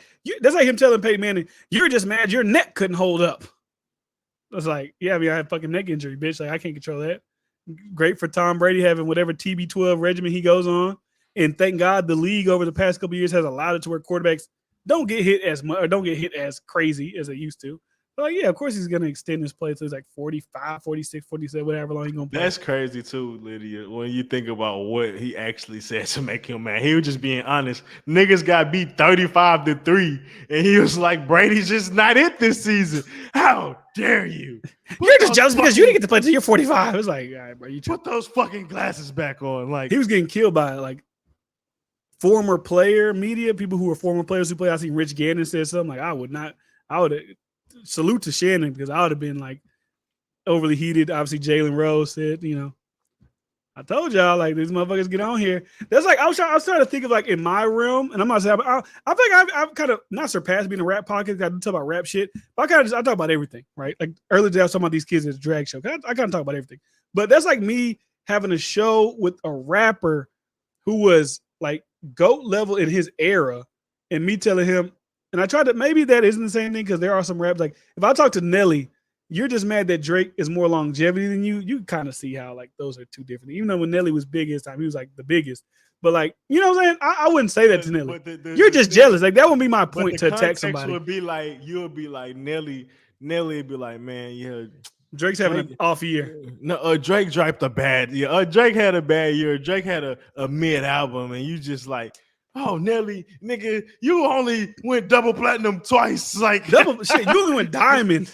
You only went diamond. You only went 10 times platinum. Like who on an album? Not even a single on an album. Like who cares? Like, bro, you wildin'. You cannot discredit me. Like, and let's be real. It'd be disrespectful on a certain levels because we do be trying to compare people and like statistics and like legacy, like LeBron versus Jordan. At some point, none of this shit is really a debate because you can't. Like Jordan didn't shoot fucking threes and didn't need to shoot threes because that wasn't required of him. LeBron, I don't know, maybe didn't win championships because he didn't have great coaching. Who fucking knows? Who really fucking knows? And to even go into it deeper, it's like, oh, calling somebody a bust. It's like, nigga, this nigga was the center focus of his team for all his life. He was the dominant. Now you expect him to come off the bench or be the fifth option to some superstars that's not gonna want to pass him the ball and be like, who is this nigga that actually like? It's like Kwame Brown. Yeah, but it's many examples of people calling him a bust when it's like, bro, you know how hard that level is, and the fact that they even got to that level, like, bro, this is a 1% thing, and even to say it's a 1% thing to make it, to be successful in it, is a whole other fucking ball game. Even Kwame Brown, you can call him a bust, I guess, because I'm not in the NBA back then, so I'm not in 2001. Like it's Kwame, but it's like, bro, he still played for 11 years, he still made $60 million. Is he the greatest number one pick of all time? No, but I mean, at the end of the day, we're just going reality. Like, hey, fuck it. He made it. Like, but let's 60 be M's real. up. Like, fuck it. What I don't like about analysts, because a lot of times I seen this with my brother, they were just saying some shit. They was like, "Oh yeah, this dude is doing way better. So we so much better. Glad that he the offense looks so much better that he's running it versus basically my brother and the other quarterbacks." But it was like, well, nigga, last time we played, we had 35 rushing yards on like 21 attempts. Mm-hmm. Like, no shit, we lost. Yeah. Like, I don't care how good your quarterback is playing. Like, if you can't run the ball a lot of times, like, but versus another game, they had like 150 rushing yards or some shit from the running backs. But they'll be saying some shit that they don't really be knowing and talking about, bro. And it just be frustrating on high level. So, like, think about Kwame Brown, bro. He go to the Lakers. They're focused on championships. They're not focused on building up the next prospects or building up the next up-and-coming guys. They focus on plug and play. Can you stick and get into this championship formula? And you mad at a young dude can't fit a championship formula? But like, at that point, was he young when he got traded from the Wizards? I thought he got drafted by the Lakers. No, he got drafted by like whatever team Jordan was on. Because it was always like Jordan was like holding him, essentially. That's why he couldn't really flourish, because Jordan was like holding him back. Okay, well, even if that's the case, no, I don't think there was a championship team, but I don't think Jordan was tanking, and I don't think they was focused on developing young guys when Jordan was with the Wizards. I think he's still trying to make it to the playoffs. Now, was the aspiration that great? Probably not, but even then, like, I'm just saying, like, it be a lot of things that go into a dude not being great. From even with Tim Tebow, I say this all the time, bro. This nigga Madden, nigga Rob used to whip my ass playing Madden with Tim Tebow, bro. And it's like, I've never seen somebody use Tim Tebow so good except Florida, right?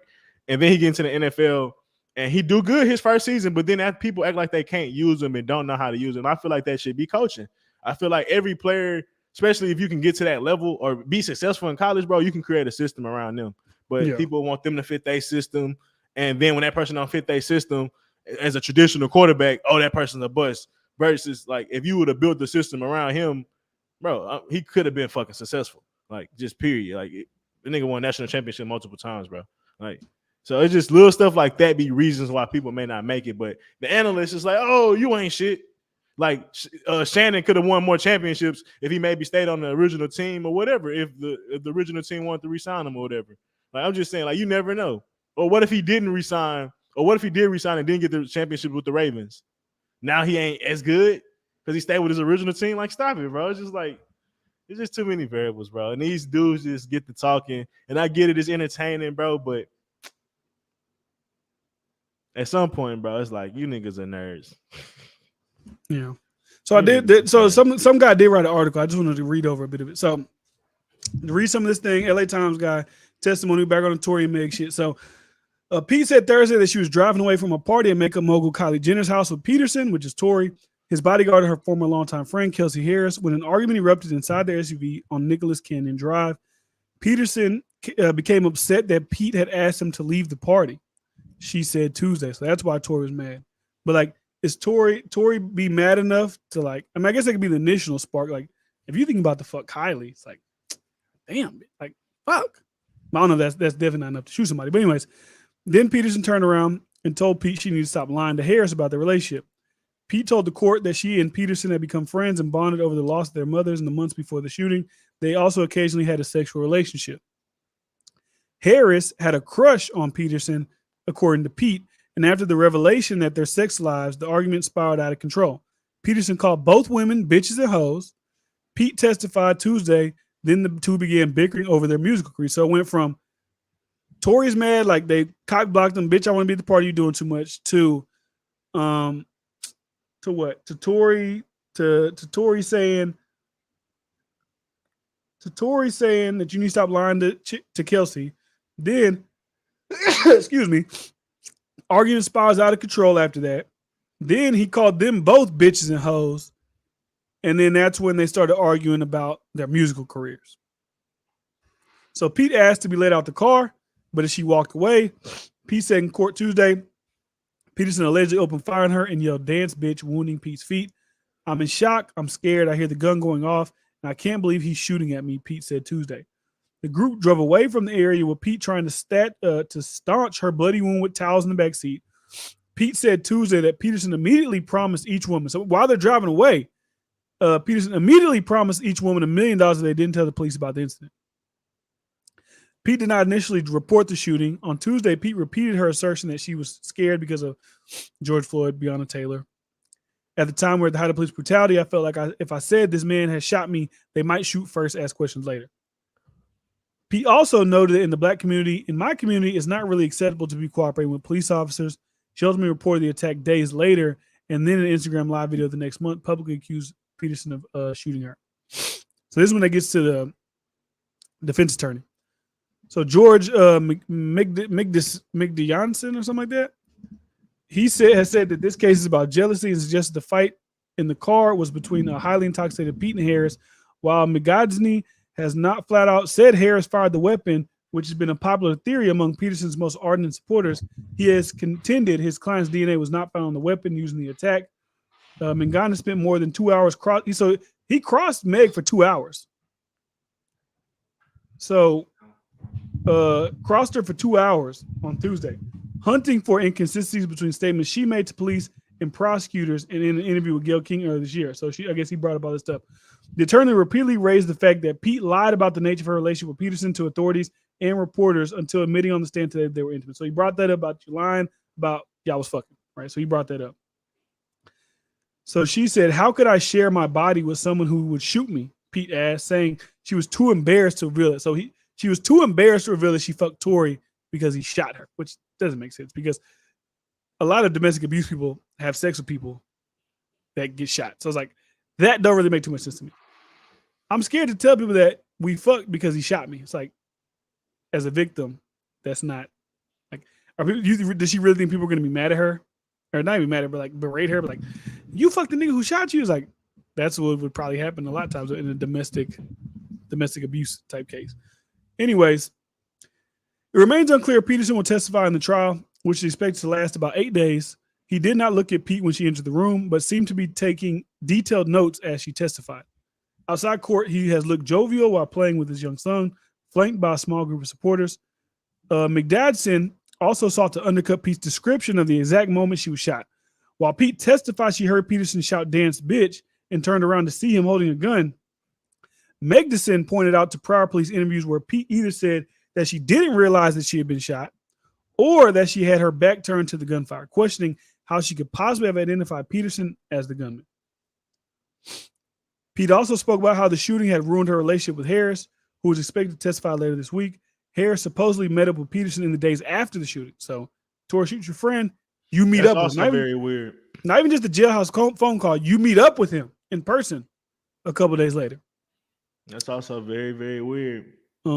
Coming from, even if I know they had sex, if that's your best friend and you feel like he's someone that's like done that, and you witnessed that, I don't see you hanging out with him. Meeting up with him. Now, I don't know what they met up about, but I could see the other way around where she shot and Tory met up with her to try to like figure shit out, clear things up for whatever reason, which have been done on his behalf. But I don't see a woman in her safety. I just don't. Yeah. So days after the shooting, which Pete took as a betrayal, the two have not spoken since 2020. Pete said prosecutors plan to call Harris to corroborate a text message she sent identifying Peterson as the shooter, which is he shot Meg to the bodyguard. A small group of demonstrators. That's all that. We're here because a lot of black women and brown women are asked twice, not once, when they make domestic violence allegations. So now he's just rolling into the people outside. So pretty much all they're saying about the 2 hours though, like that's all we got. Pretty much what they're claiming is it's all him just trying to contradict her statements, I guess. But it wasn't nothing interesting in that 2 hours. In that 2 hours, that's all he did was just try to like undercut her thing. I don't know how long things talking goes, but that's all y'all are reporting on. That's just discounting the dance bitch, discounting that you claiming that we were intimate. All that took 2 hours to do? Man, they need me to be in that bitch reporting, bro. I need detail by detail by detail by detail. And I need it in exact order from first question to the very last. But that's the guy from the LA Times. He wrote his little article about it. So yeah. Tomorrow, I guess depending on what Kelsey says, if there's two more shit to really talk about, we'll be back tomorrow. Hopefully I can dual cast on this channel and my channel. But I need a daily video to put up for my shit tomorrow, but we'll see. So make sure you subscribe to the channel, subscribe already, SoundCloud, Spotify, iTunes, Absolute Insure Podcast. This is the new channel for Absolute Insure. D-Friend Daily is my show where I do it daily. I did an episode today about academics destroying No Jumper, Lil Baby, Sauce Santana. I talk about Aiden Ross canceling his Kanye interview. I talk about drag shows with kids, all that type of shit. So y'all make sure y'all tune into that. Actually, I want to show you this, Bryce. I want to get your thoughts on this. Let's get it. I want to get your thoughts on this. It's a video clip. I need to see what you think about this. Meg, I need to get your thoughts on this, and then we're gonna be done. I just want to hear what you guys say about this. Grooming. Okay. So this is at a drag show, right? Outside. Actually, I'm not gonna set the thing for you. I'm gonna once it uploads, I'll just play it, and then we'll get your thoughts on it. It is blurred out because the person who's dancing is in the thong, just to let you know why it's blurred out. All right, so now it's processing. Come on, I got time for the bullshit. Let's go. Okay, here we go. Clip 5, 4, 3, 2, 1.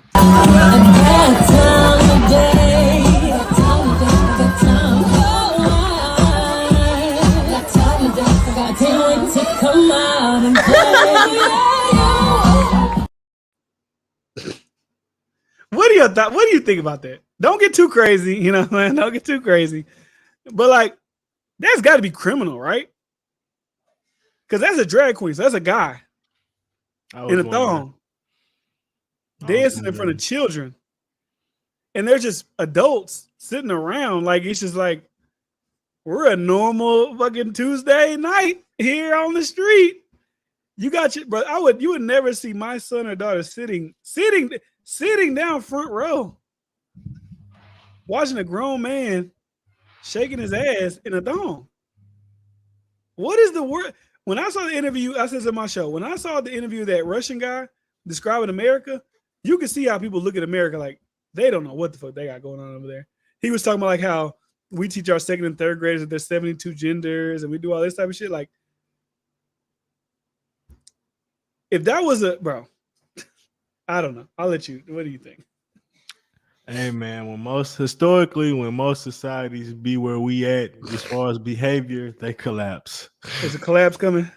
Hey man, this shit is just there has to be some grand change, some grand cleansing before we can move forward for real. Because if not, we gonna keep being in this pseudo fake ass world or reality that these people keep trying to push on us. And like it's no way in real life, like in a real world, that would be acceptable. But somehow we've made it okay for people to think that they could do this in public. That's my thing. My thing was like, let alone in real life. I mean, out in public. So if they can do this in public, like I was wondering, just like, imagine. Did they make it so where like people are so? Because I feel like if you're a drag queen, you're most likely probably gay. I just assume, right? Obviously straight guys just line up to do drag. I wonder if they made the conversation around. It's kind of like it's kind of like how white people are kind of scared to speak about black people. Obviously, people are scared to speak out about Jews and whatever happens, whatever. I wonder if society, those people, it's like people are so scared to speak about gay people and those people out of fear of being canceled. That's like not even canceled because those are just regular people that are showing up there. They're scared to say anything because that's to protect the community. It's like there's nowhere where we should be too scared to speak about something, especially when it involves children. Like you telling me if I got my ass up there, I had no drag on, just me. You look at that. Let me see if I can turn my camera back on. So let me give you a visual. Let me get your visual. Let me get my camera back on real quick. All right, y'all see me. Boom. You the trans G. Y'all see, I ain't even transgender. No, it's not even transgender, just me. Like this. My beard, I'm out up there, I got a wig on, and I put a thong on.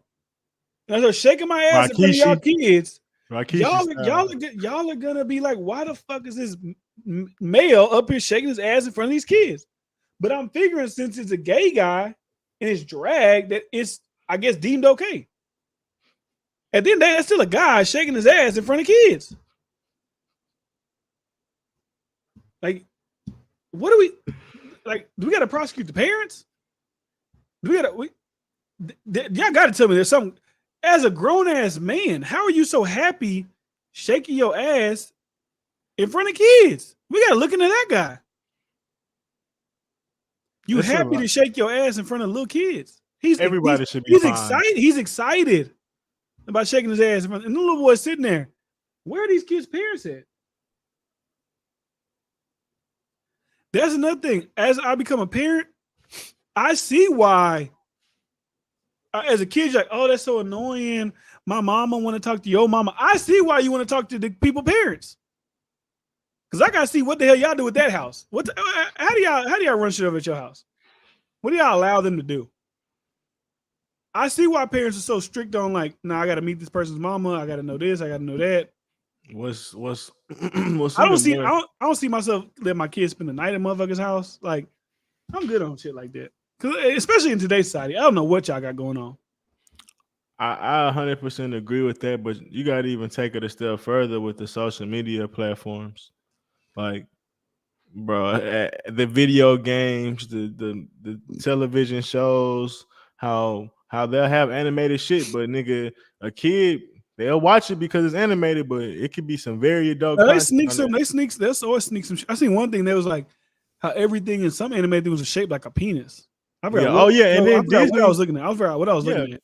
Disney cartoon, all of them have subliminal sex stuff in it and adult jokes in it that shouldn't be in there. But it's even more apparent than when you get on shit like Roblox, or you can get on shit like Twitter and there be porn on there, or you can get on shit like TikTok, or excuse me, what's the shit? Twitch, where the women on there just chatting, but they showing a little in the hot tubs and they got you dudes out. And these are the ASMR in your ear.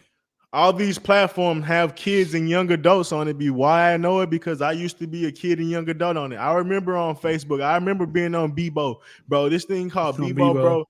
This shit used to go so crazy. It used to be all type of Simpsons type of porn, all type of cartoon type of porn, and all type of degenerate fun greatness for my filthy fun greatness. For my filthy knees as a young sixth grader. I'm dead ass. But you used to beat to Marge? No, I didn't. I don't even think I was masturbating yet, but I had access to it because everybody got on Bebo, and on everybody's page on Bebo, like it was like a MySpace page, how you can have a music or you can have profiles. A lot of people pages always had some type of sexual cartoon in it, bro. And I was exposed to that in sixth grade. It's no different to these kids being exposed to shit. Like, bro, let me be real with you niggas. I was exposed to Pain Olympics at a young age. I was exposed to this is your kid. Bro, you got 5,000 people watching this shit. I was exposed to 2 girls in 1 cup in 7th grade. Yeah, I saw that early. That shit was disgusting. And the internet was nowhere near as evolved as it is today. Keep that in mind. We wasn't as kids, we was just getting a hold of shit. Bro, nowadays a 3-year-old know how to work a phone better than a 50-year-old. Yeah. My guys, you got to be careful with that because it's some. I remember seeing some girls on TikTok like recently, like a month ago. They licking on lollipops. The weirdest shit ever. Like just sucking the lollipop in there. It was something else. It was something else with it. But I was just like, what the fuck is this doing on TikTok? Reported it and everything. But I'm like, I seen a lawmaker, he made a thing to ban TikTok in the United States. But I don't know, ban it. I don't know, ban it for kids or ban it for everybody. But I did see that. And even with Lydia's point of China didn't ban TikTok from kids. China only promotes good things to their kids, like science and whatever. And also they only allow them to be on it for a certain amount. Like I think it's only like an hour a day or something they can be on it. Mm. And what I figuring out with the way to get around stuff like that is like the original app that you create, like well, my bad, the original Apple Market that you have or Google Market. Whenever you sign into that, you have to verify your age, and you got to have like an ID, something serious as a kid, or anybody. And then whatever. I guess in the United States. In China, they probably got that bitch on lockdown already. But even like, so when you download YouTube, you can't fake how old you are on YouTube. When you download Twitter, you can't fake how old you are on Twitter and put out a new address, or I mean a new age. You know how we used to do that all the time. You want to get access to a site, but you see people on Facebook now. You see people on Facebook now. It'd be like it's their birthday, and they'd be like, "Oh, they're turning 55." It's like they, because they created it probably when they was a little younger. Exactly. But now it's like now they're 55 years old. Exactly. So I feel like that's some shit that you'll have to like create or something that had to be there, like because. It's no way, bro, that you think, oh, yeah, I'm comfortable with just letting my kid be on YouTube parent mode. Like, at some point, if they get a certain age, they're going to work their way off that shit. Like, yeah. And even then, like I said, Roblox is dangerous. Like, it be shit on there. And there's many different shit like that where games is like, you got to watch that shit, bro. You got to watch that shit, man. They're destroying America. America is under assault from the, what they call them? What's Alex Jones call them? The reptilians. He calls them the China something. The Chi-Coms. That's what it is. The Chi-Coms are trying to take over America with the goddamn Russians and the goddamn Iranians. They're trying to get together and create a new coalition of evil with North Korea and take over. Another big part of it too. Boy said Twitter porn be hidden. Microtransactions and shit like that. That's how they be taxing kids. Be getting kids to buy a lot of shit. And get used to that type of stuff too. So they be attacking kids a lot. Yeah, bro. You see these parents on Fortnite, they getting racked up to $5,000. Like, oh yeah, Fortnite's free, but if you want the cool skin, you got to pay 99 cents here. You got to do this over here, and they start racking their parents' credit card up, and they be fried. But it's midnight. It's time for me to do my 30-minute reading before I go to bed. So appreciate y'all for being here, subscribing. We'll be live most likely tomorrow. I need. Maybe live a little bit later, honestly. Maybe like more towards 10 o'clock if the slowness of the reports come out. And because I want to get everything ingested on what happened before I get live. So it'll either be 9:30 or 10. So kind of like this, we got on at 10 today. So same time tomorrow. It'll be on. Hopefully we can simulcast, right? Maybe Bryce can stream like from your OBS or no. We'll figure it out. Maybe I can do restream and I can do multiple. Maybe we can do it like that. Maybe instead of StreamYard, we'll try restream tomorrow and we can do it on multiple accounts. So subscribe. And if you're not subscribed to this channel, make sure you subscribe to this channel. Also, if you're not subscribed to D-Friend Daily, if you go to the community tab on this page, I'll be like sharing like, new episode from D-Friend Daily. Just go over there, subscribe to that channel as well. I'm posting daily videos over there, podcast type shit. So go there. Appreciate y'all for subscribing, all that good shit like that. Appreciate Lydia. Igbo Praise, Trail, Flying Low. Who else in the chat tonight? NJ, salute you for being in the chat. And salute to everybody who was in the chat, but everybody just tuning in and watching. Because I know a lot of other niggas was streaming. I know No Jumper was streaming. I know Academics was streaming. With like that motherfucker got like 25,000 people watching shit. But y'all decided y'all could have been anywhere. But y'all decided to be here with us. So salute to y'all. We'll see y'all tomorrow. It's your boy D-Friend. Peace.